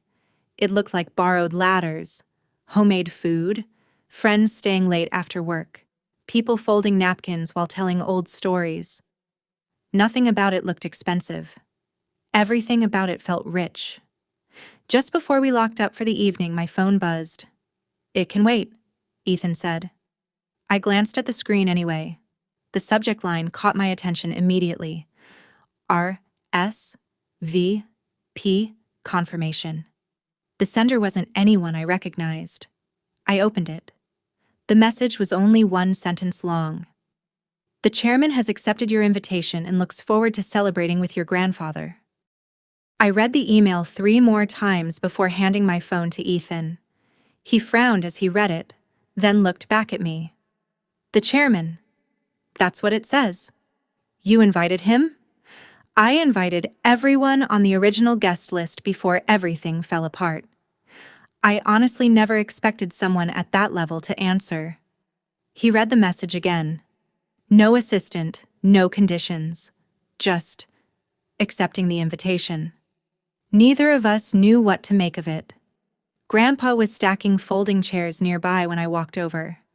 "Grandpa?" He looked up. "Everything okay?" I showed him the email. He adjusted his glasses, read the message quietly, then smiled. "Well, that's very kind of him." "Do you know him?" Grandpa chuckled. "I've met a lot of people over the years." That's not really an answer. It doesn't need to be. He handed my phone back and went right back to fixing another loose chair. It was such a grandpa response that I couldn't help smiling. Still, something about his reaction felt calm, almost too calm. Not excited, not surprised, just polite. The next morning my father called. I almost ignored it. Instead, I answered. "We need to talk." His voice was unusually controlled. No shouting, no accusations, just business. "I'll listen. I heard you've changed the wedding plans." "Yes." "And I heard someone from the company accepted your invitation." I frowned. "How do you know that?" "It doesn't matter."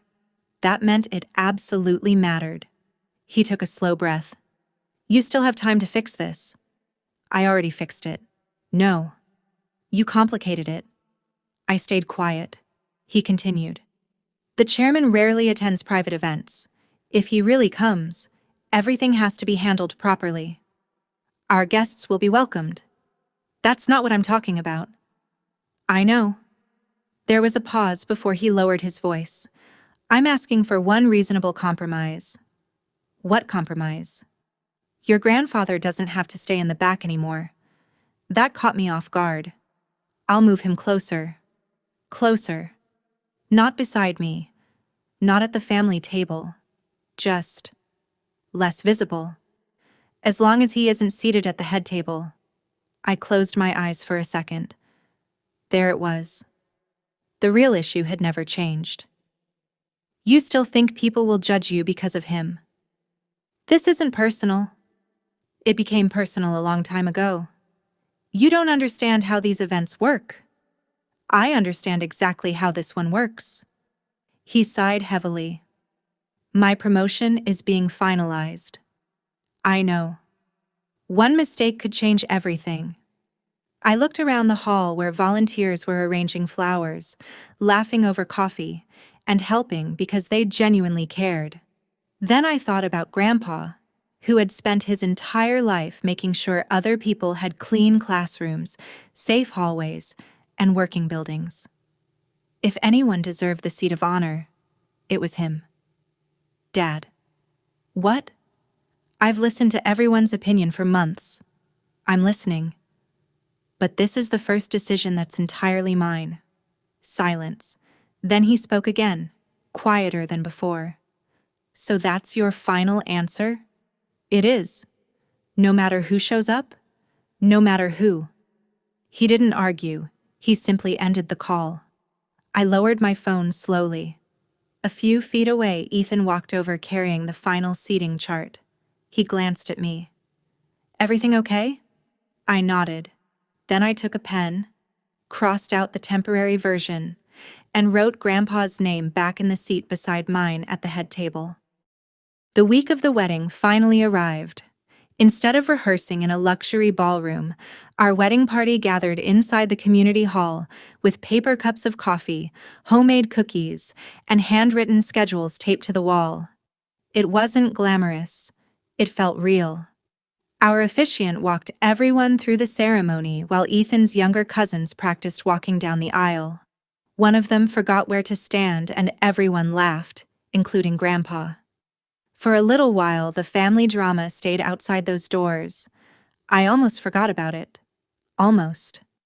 During a break, Grandpa stepped outside to get some fresh air. I followed a few minutes later, planning to ask if he wanted anything to drink. Before I reached him, a black luxury sedan quietly pulled into the parking lot. It wasn't flashy, just expensive enough that it looked completely out of place beside the pickup trucks and family SUVs. A man in a dark suit stepped out carrying a long garment bag. He smiled the moment he saw Grandpa. "Good afternoon, Mr. Walter." Grandpa smiled back. "Good to see you again." Again? The man handed him the garment bag with both hands. "I had this cleaned exactly as requested." "Thank you." "No trouble at all."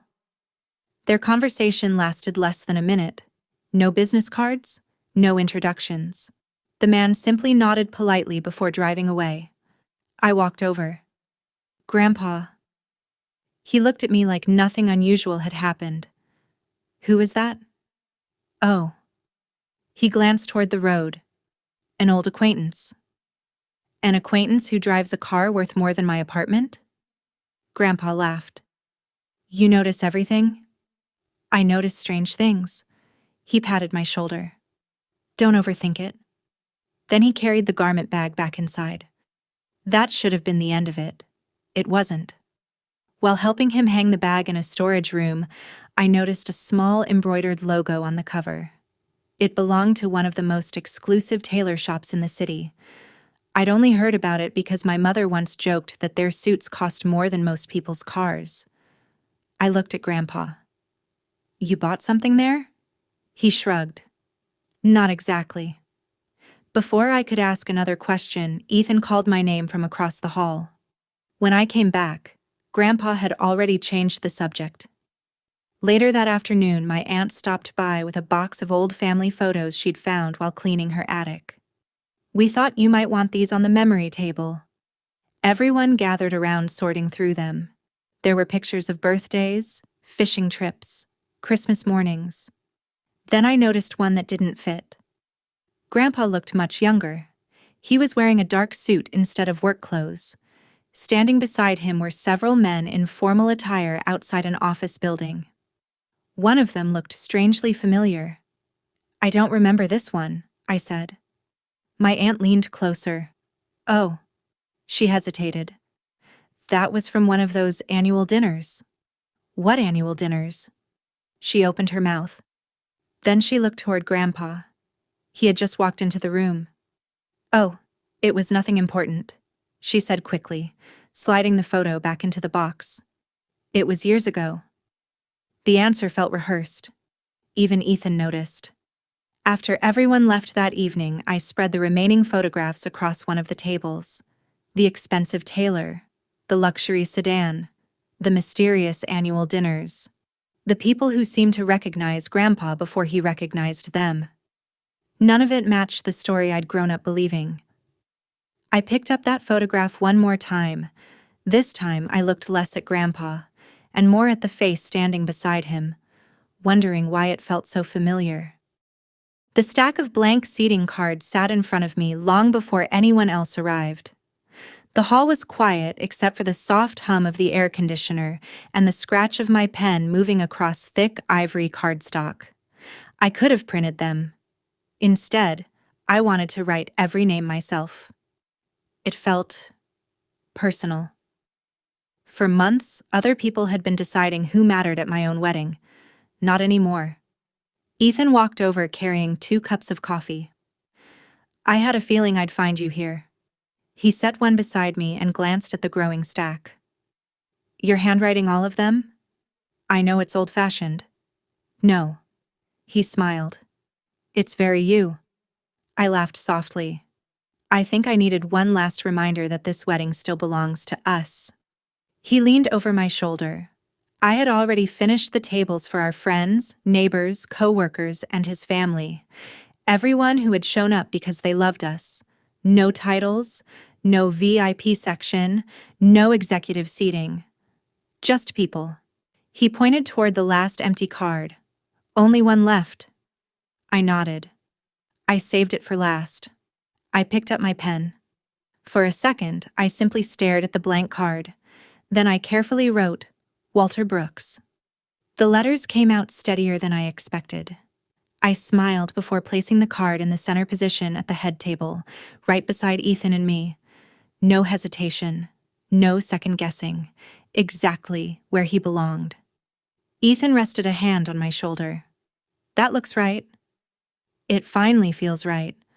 A few volunteers arrived to help arrange the tables. Mrs. Carter carefully placed each card where I asked. She stopped when she reached the head table. Is this your grandfather? Yes.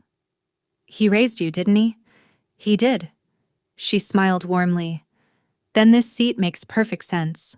No debate, no explanation, just simple acceptance. That one sentence reminded me how strange my parents' reaction had always been. Nobody outside my family questioned Grandpa's place beside me. Only them. As the room slowly filled with helpers, I stepped back to look at everything. The aisle, the flowers, the tables, the handmade centerpieces. Nothing looked extravagant. Everything looked honest. For the first time since getting engaged, I wasn't mentally preparing for another argument. I was simply looking forward to getting married. Grandpa arrived carrying a small box of family keepsakes we'd decided to display near the entrance. He noticed the seating cards almost immediately. His eyes found his name. Then they found the table. He looked at me. You didn't have to do this. I know. You could have avoided a lot of trouble. I've been avoiding trouble my whole life. He smiled sadly. I never wanted to be the reason people fought. I walked over and hugged him. You're not. The fighting started because people forgot what family means. He didn't answer right away. Instead, he gently patted my shoulder. I'm proud of you. Those 4 words meant more than any wedding gift. As volunteers continued decorating, Ethan called everyone together for a quick rehearsal. I stayed behind for one last look at the seating chart hanging near the entrance. Every name, every table, every decision. Mine, nobody else's. I reached out and straightened Grandpa's place card one final time. Just then, movement outside the church windows caught my attention. A familiar silver sedan had quietly pulled into the parking lot. My parents stepped out. They weren't supposed to be here for another hour. Instead of coming through the front entrance, they looked around carefully. then headed toward the side door as if they didn't want anyone to notice. I slipped out through the side hallway before anyone else noticed my parents had arrived. They were standing near the welcome table where we'd left the seating chart and place cards for the rehearsal dinner. My mother didn't even greet me. She was already scanning the names. "So," she said quietly, "you really went through with it. I told you I would." My father kept his hands in his coat pockets, studying the head table without saying a word. The silence worried me more than an argument. Mom reached toward the seating cards. Her fingers stopped on one. Walter Brooks. Grandpa's. She picked it up. I took a step forward.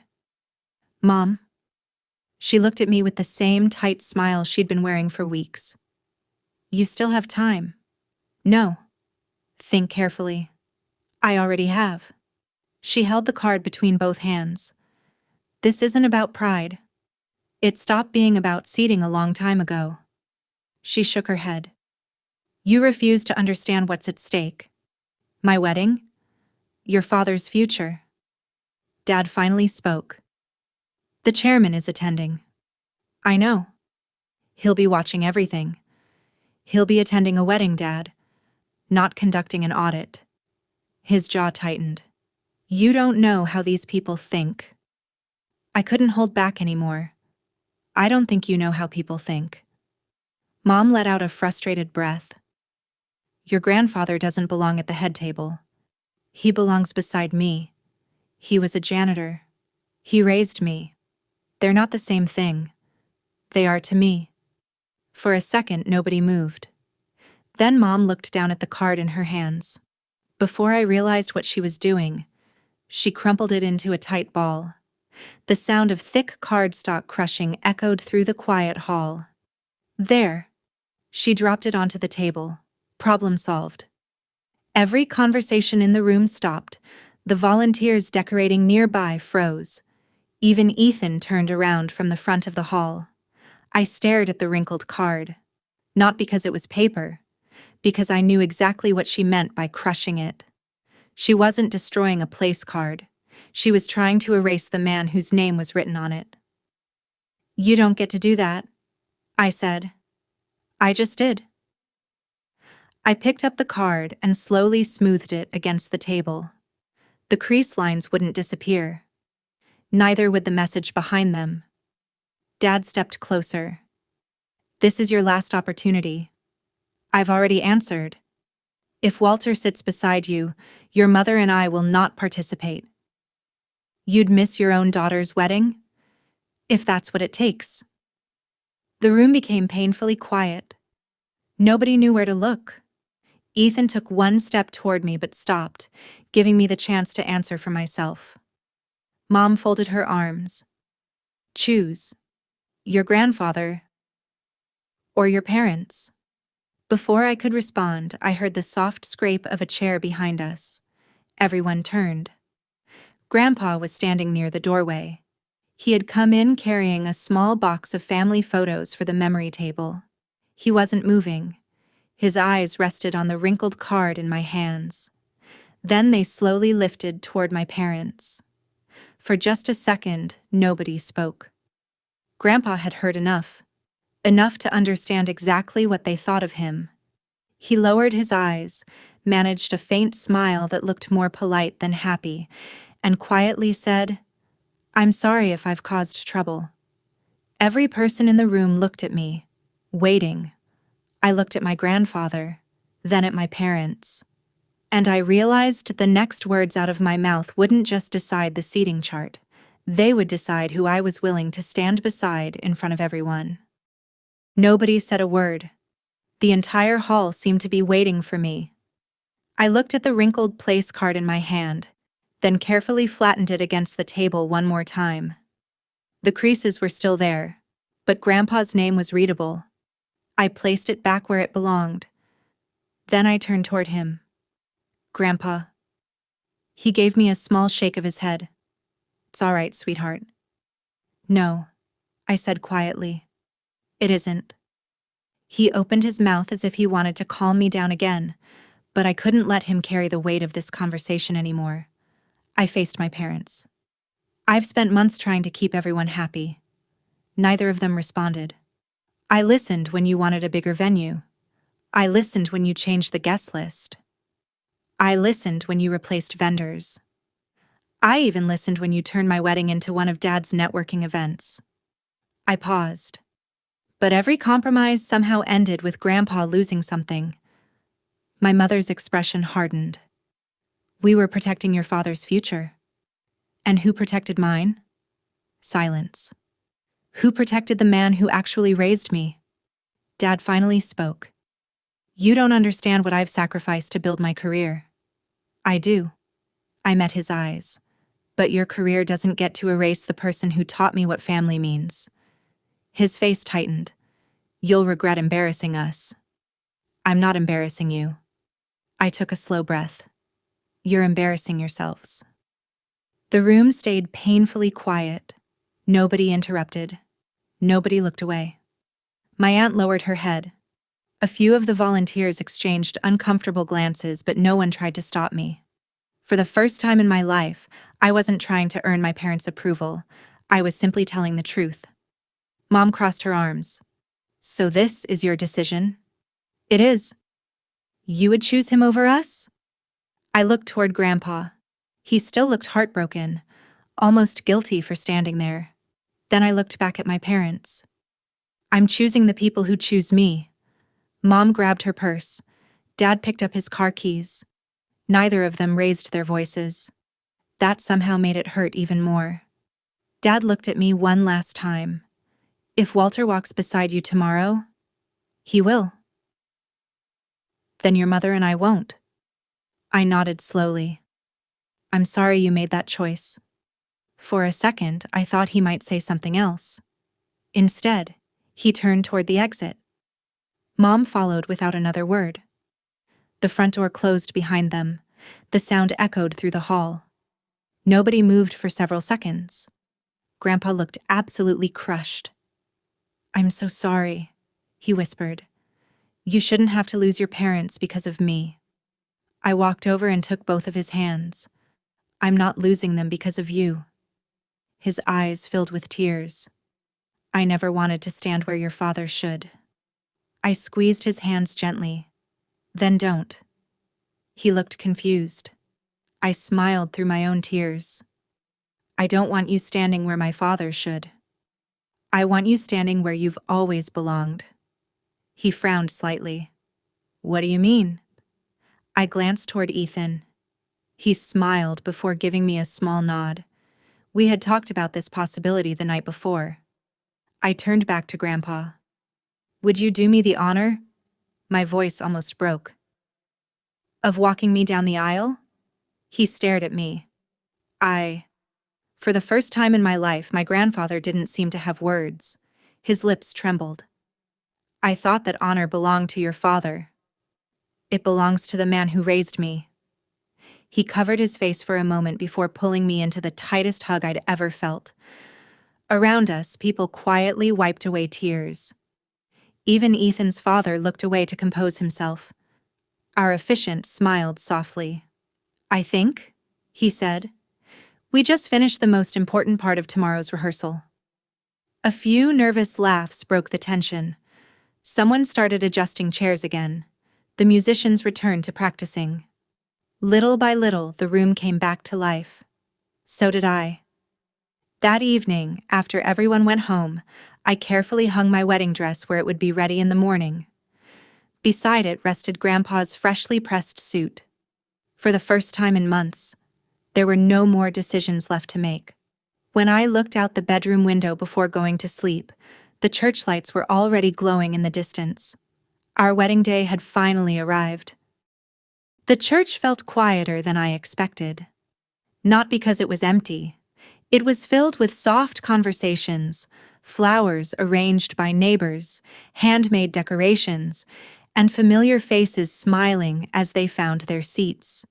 It was quieter because all the noise that had surrounded this wedding for months suddenly didn't matter anymore.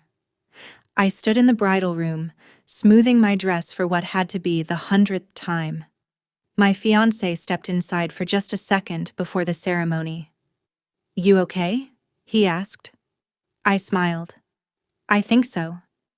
You don't have to carry today by yourself. I'm not.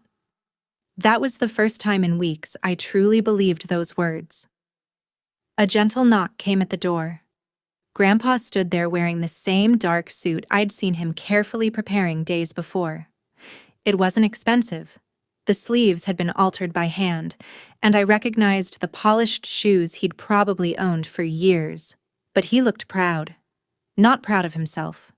Proud of me. You ready, sweetheart? He asked. I suddenly couldn't speak. I just nodded before wrapping my arms around him. He laughed softly. Careful, he whispered. You'll wrinkle your dress before anyone even sees it. I laughed through tears. You always worry about the wrong things. I've had a lifetime of practice. Someone announced that it was time. Grandpa offered me his arm. My father was already inside the church. He had shown up that morning, after all. So had Mom. Neither of them apologized. Neither mentioned what happened during rehearsal. They greeted guests with polished smiles, accepted compliments, shook hands with executives, and acted as though everything had unfolded exactly as planned. From a distance, anyone would have thought we were the perfect family. Only the people closest to us knew better. Grandpa looked toward the sanctuary entrance. You can still ask your father. I tightened my hand around his arm. I already did. He looked confused. I asked him weeks ago, I said quietly. He made his choice. The music began. The doors opened. Every face turned toward us. Grandpa took one slow breath before walking beside me. His steps were careful, but steady. Mine felt lighter with every one we took. Halfway down the aisle, I caught my fiancé smiling at us. Not surprised. Not embarrassed. Just proud. When we reached the front, Grandpa gently placed my hand into my fiancé's. He leaned closer. You've always known where you belong, he whispered. I learned that from you. His eyes became watery. He squeezed my fingers once before taking his seat. The ceremony itself was simple. No dramatic speeches, no luxury displays, just promises, real ones. When we exchanged vows, I noticed Grandpa smiling almost the entire time. Mom kept adjusting the expression on her face whenever photographers came near. Dad spent several moments glancing toward the rows where company executives were seated. Even during his daughter's wedding, part of him seemed to be working. Still, I refused to let that steal the moment. When the officiant announced us as husband and wife, the church erupted in applause. Grandpa stood first. He clapped harder than anyone. If you've ever had someone believe in you before you believed in yourself, you know why moments like that stay with you forever. The reception was held at the same venue I'd fought so hard to protect. It wasn't extravagant anymore. It was beautiful. Friends carried trays of desserts. Neighbors arranged fresh flowers they'd grown themselves. My co-workers laughed while hanging the last handwritten signs we'd finished the night before. My husband's family blended into every conversation as though they'd known everyone for years. There were no invisible walls separating people by status. Only tables full of stories. Grandpa fit naturally among them. Watching him laugh with my husband's grandmother over coffee made something inside me settle. For years, I'd wondered if maybe our family dynamic was normal. Now I knew it never had been. Respect had never depended on a person's title, only on their character. I was talking with a few guests when I noticed several luxury cars pulling into the entrance outside, one after another. Conversations around the room softened. Dad immediately straightened his jacket. Mom checked her reflection in a serving tray before almost rushing toward the doors. A member of the venue staff hurried over. They're here, she said. I looked toward the entrance. The CEO had finally arrived. The moment those black luxury cars stopped outside the reception hall, the atmosphere shifted. Conversations softened. Heads turned. Even guests who had been laughing a second earlier instinctively looked toward the entrance. Dad noticed immediately. "There he is," he whispered under his breath, almost fixing his tie before anyone else had a chance to greet him. Mom was already moving.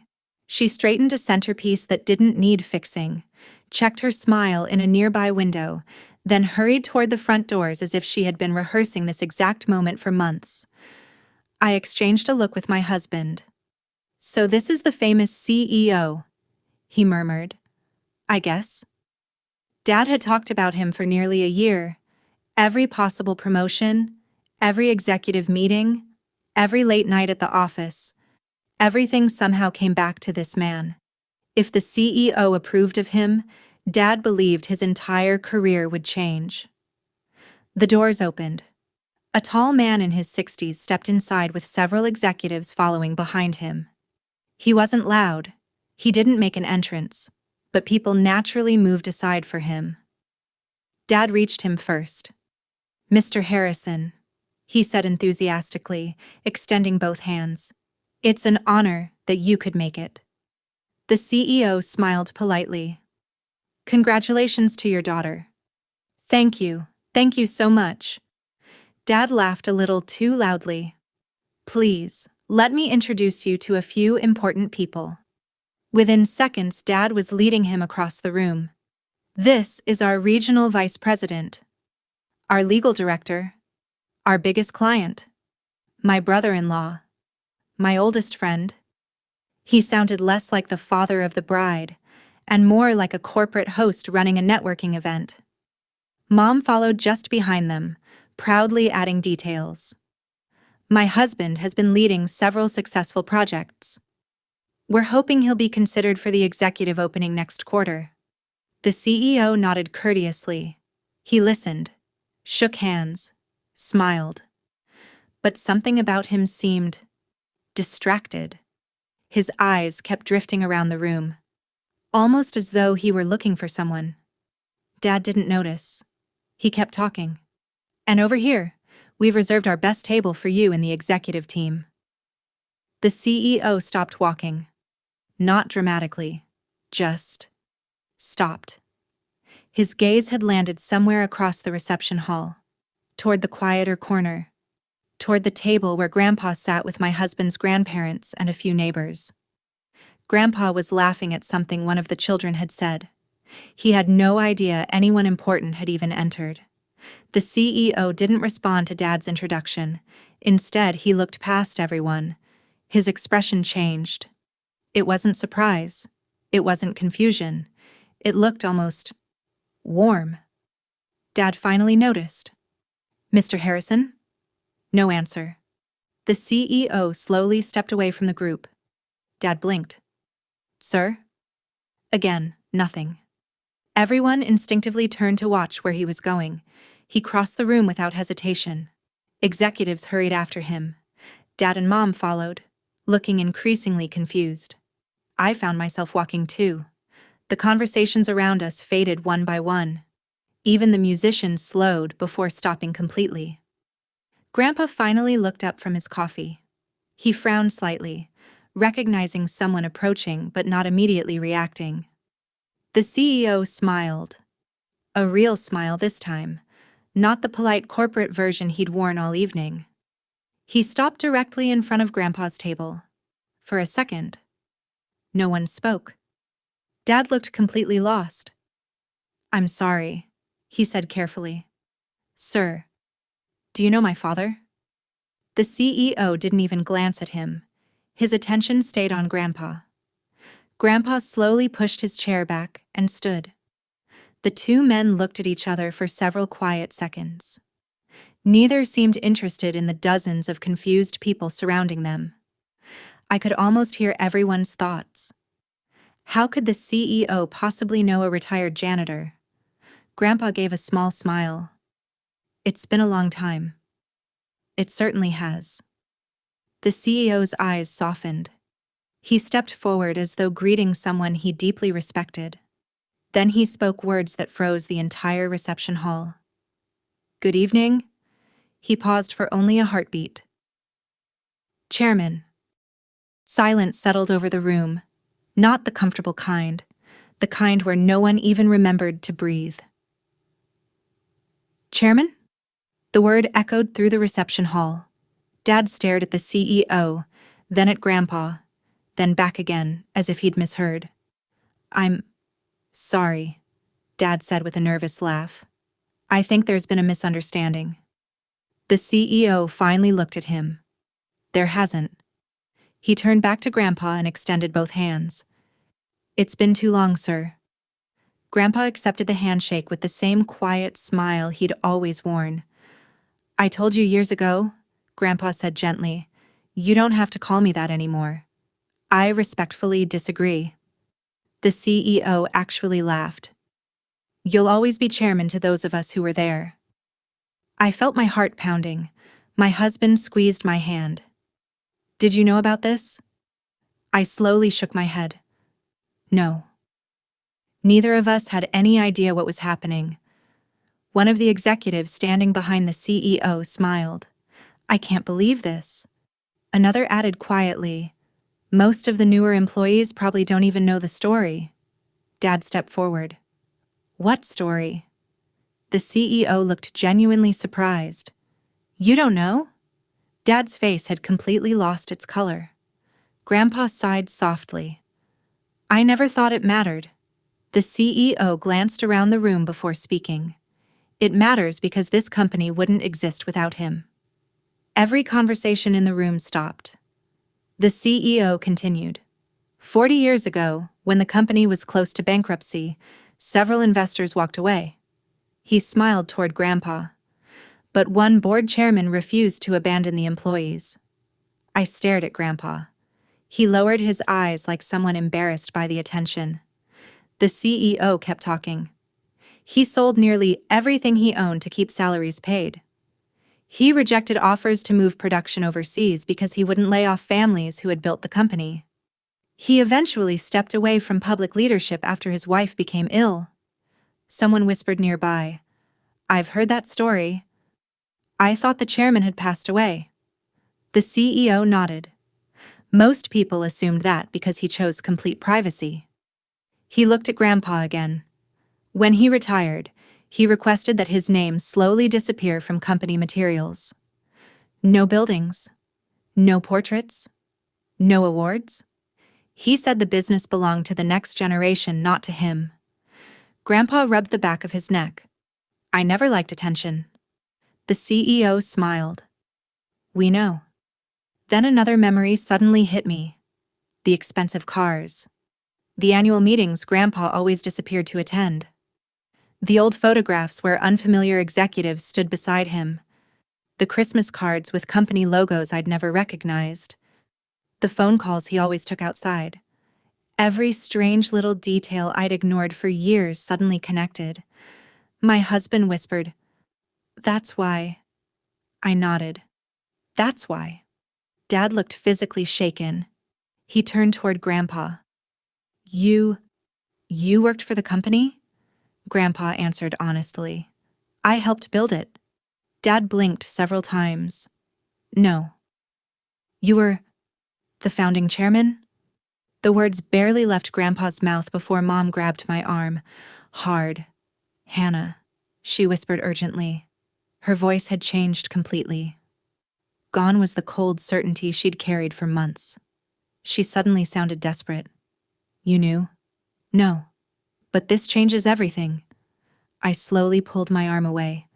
It changes what? She glanced toward Dad before lowering her voice. Your father. His promotion. Dad walked over, looking like he'd aged 10 years in the last 5 minutes. Hannah. He hadn't spoken my name that gently in weeks. Can you... maybe... He hesitated. You talked to Grandpa? I stared at him. He continued. The CEO obviously respects him. If Grandpa were willing to say a few words, it could mean everything. Everything. That word again. Not our family. Not I'm sorry. Not I was wrong. Everything still somehow meant his career. I looked across the room. Grandpa was surrounded by employees thanking him for things he'd never even mentioned to us. He looked uncomfortable with all the attention. Exactly the same humble man who had packed my school lunches, who polished one old suit for my wedding, who quietly accepted being pushed to the back table without defending himself. I finally understood. He had never hidden his past because he was ashamed. He hid it because status had never been the most important thing in his life. Dad waited for my answer. I met his eyes. "I'll talk to Grandpa." Hope immediately returned to his face. "But not about your promotion." Before he could respond, the band leader tapped the microphone. "Ladies and gentlemen, it's time for the father-daughter dance." Every head in the reception hall slowly turned toward me. The music changed, and the room seemed to hold its breath. The MC smiled. "It's time for our father-daughter dance." My father stepped toward me, forcing a smile for the guests. "Let's not make another scene," he murmured. "After the dance, introduce me to your grandfather, please." Please. A word I'd wanted to hear for years, but not like this. Not after he had discovered that the quiet old man he'd spent a lifetime hiding was one of the founders of the very company whose CEO he had been desperate to impress. I looked at him for a long moment. "You're not asking because you miss Grandpa." He lowered his eyes. "You're asking because you need something from him." "Hannah?" I shook my head. For months, everyone kept deciding who deserved respect based on a title. I'm done playing that game. I walked past him. Grandpa looked confused when I stopped beside his chair. "Honey?" I held out my hand. "Will you dance with me?" His eyes filled instantly. "I don't want to embarrass you." I smiled through my tears. "You never could." His hand trembled as he took mine. The applause began quietly, then spread through the ballroom. My husband smiled first. His parents joined in. Soon, almost everyone was standing. Grandpa whispered, "I haven't danced in years." "Then we'll learn together." We missed steps. We laughed. He apologized every few seconds, and every apology made me laugh harder. Halfway through the song, I glanced toward my father. He wasn't angry anymore. He just looked like a man finally realizing how much of his life he'd spent chasing approval from strangers while pushing away the person who had loved him the longest. When the music ended, Grandpa kissed my forehead. "I'm proud of you. I learned courage from you." He smiled. "No, you chose kindness when fear would have been easier." The reception slowly returned to normal, but something had changed. Guests weren't gathering around the CEO anymore. Many of them were talking with Grandpa instead. Not because of his money or his past, but because he listened, remembered names, and made everyone feel seen. That was the man I'd always known. Months later, the company's anniversary publication finally acknowledged Grandpa as one of its original founders. He never celebrated it. He stayed in the same modest house, drove the same old pickup, volunteered every Thursday at the neighborhood food pantry, and quietly funded scholarships, veterans programs, and community projects without asking for recognition. For him, success had never been something to display. It was something to share. Dad called several times over the following months. The conversations were awkward. His apologies were sincere, but years of hurt couldn't disappear overnight. Sometimes Grandpa answered. Sometimes he simply wasn't ready. Healing moved slower than regret. And maybe that was fair. One evening, my husband squeezed my hand while Grandpa laughed with our friends over a backyard barbecue. "You found your family," he said. I looked around the table. Not the people connected by the same last name, the people who chose one another every single day. "Yeah," I whispered. "I finally did." This experience reminded me that respect built on status disappears the moment the title does. The respect that lasts comes from the lives we touch, the kindness we show, and the character we leave behind. If this story resonated with you, I'd love to hear your thoughts.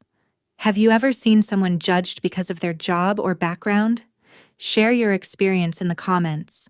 If you enjoy heartfelt family drama stories like this, don't forget to like and subscribe so you won't miss the next one. Until next time, take care of yourself, and don't forget the people who have quietly stood by you all along.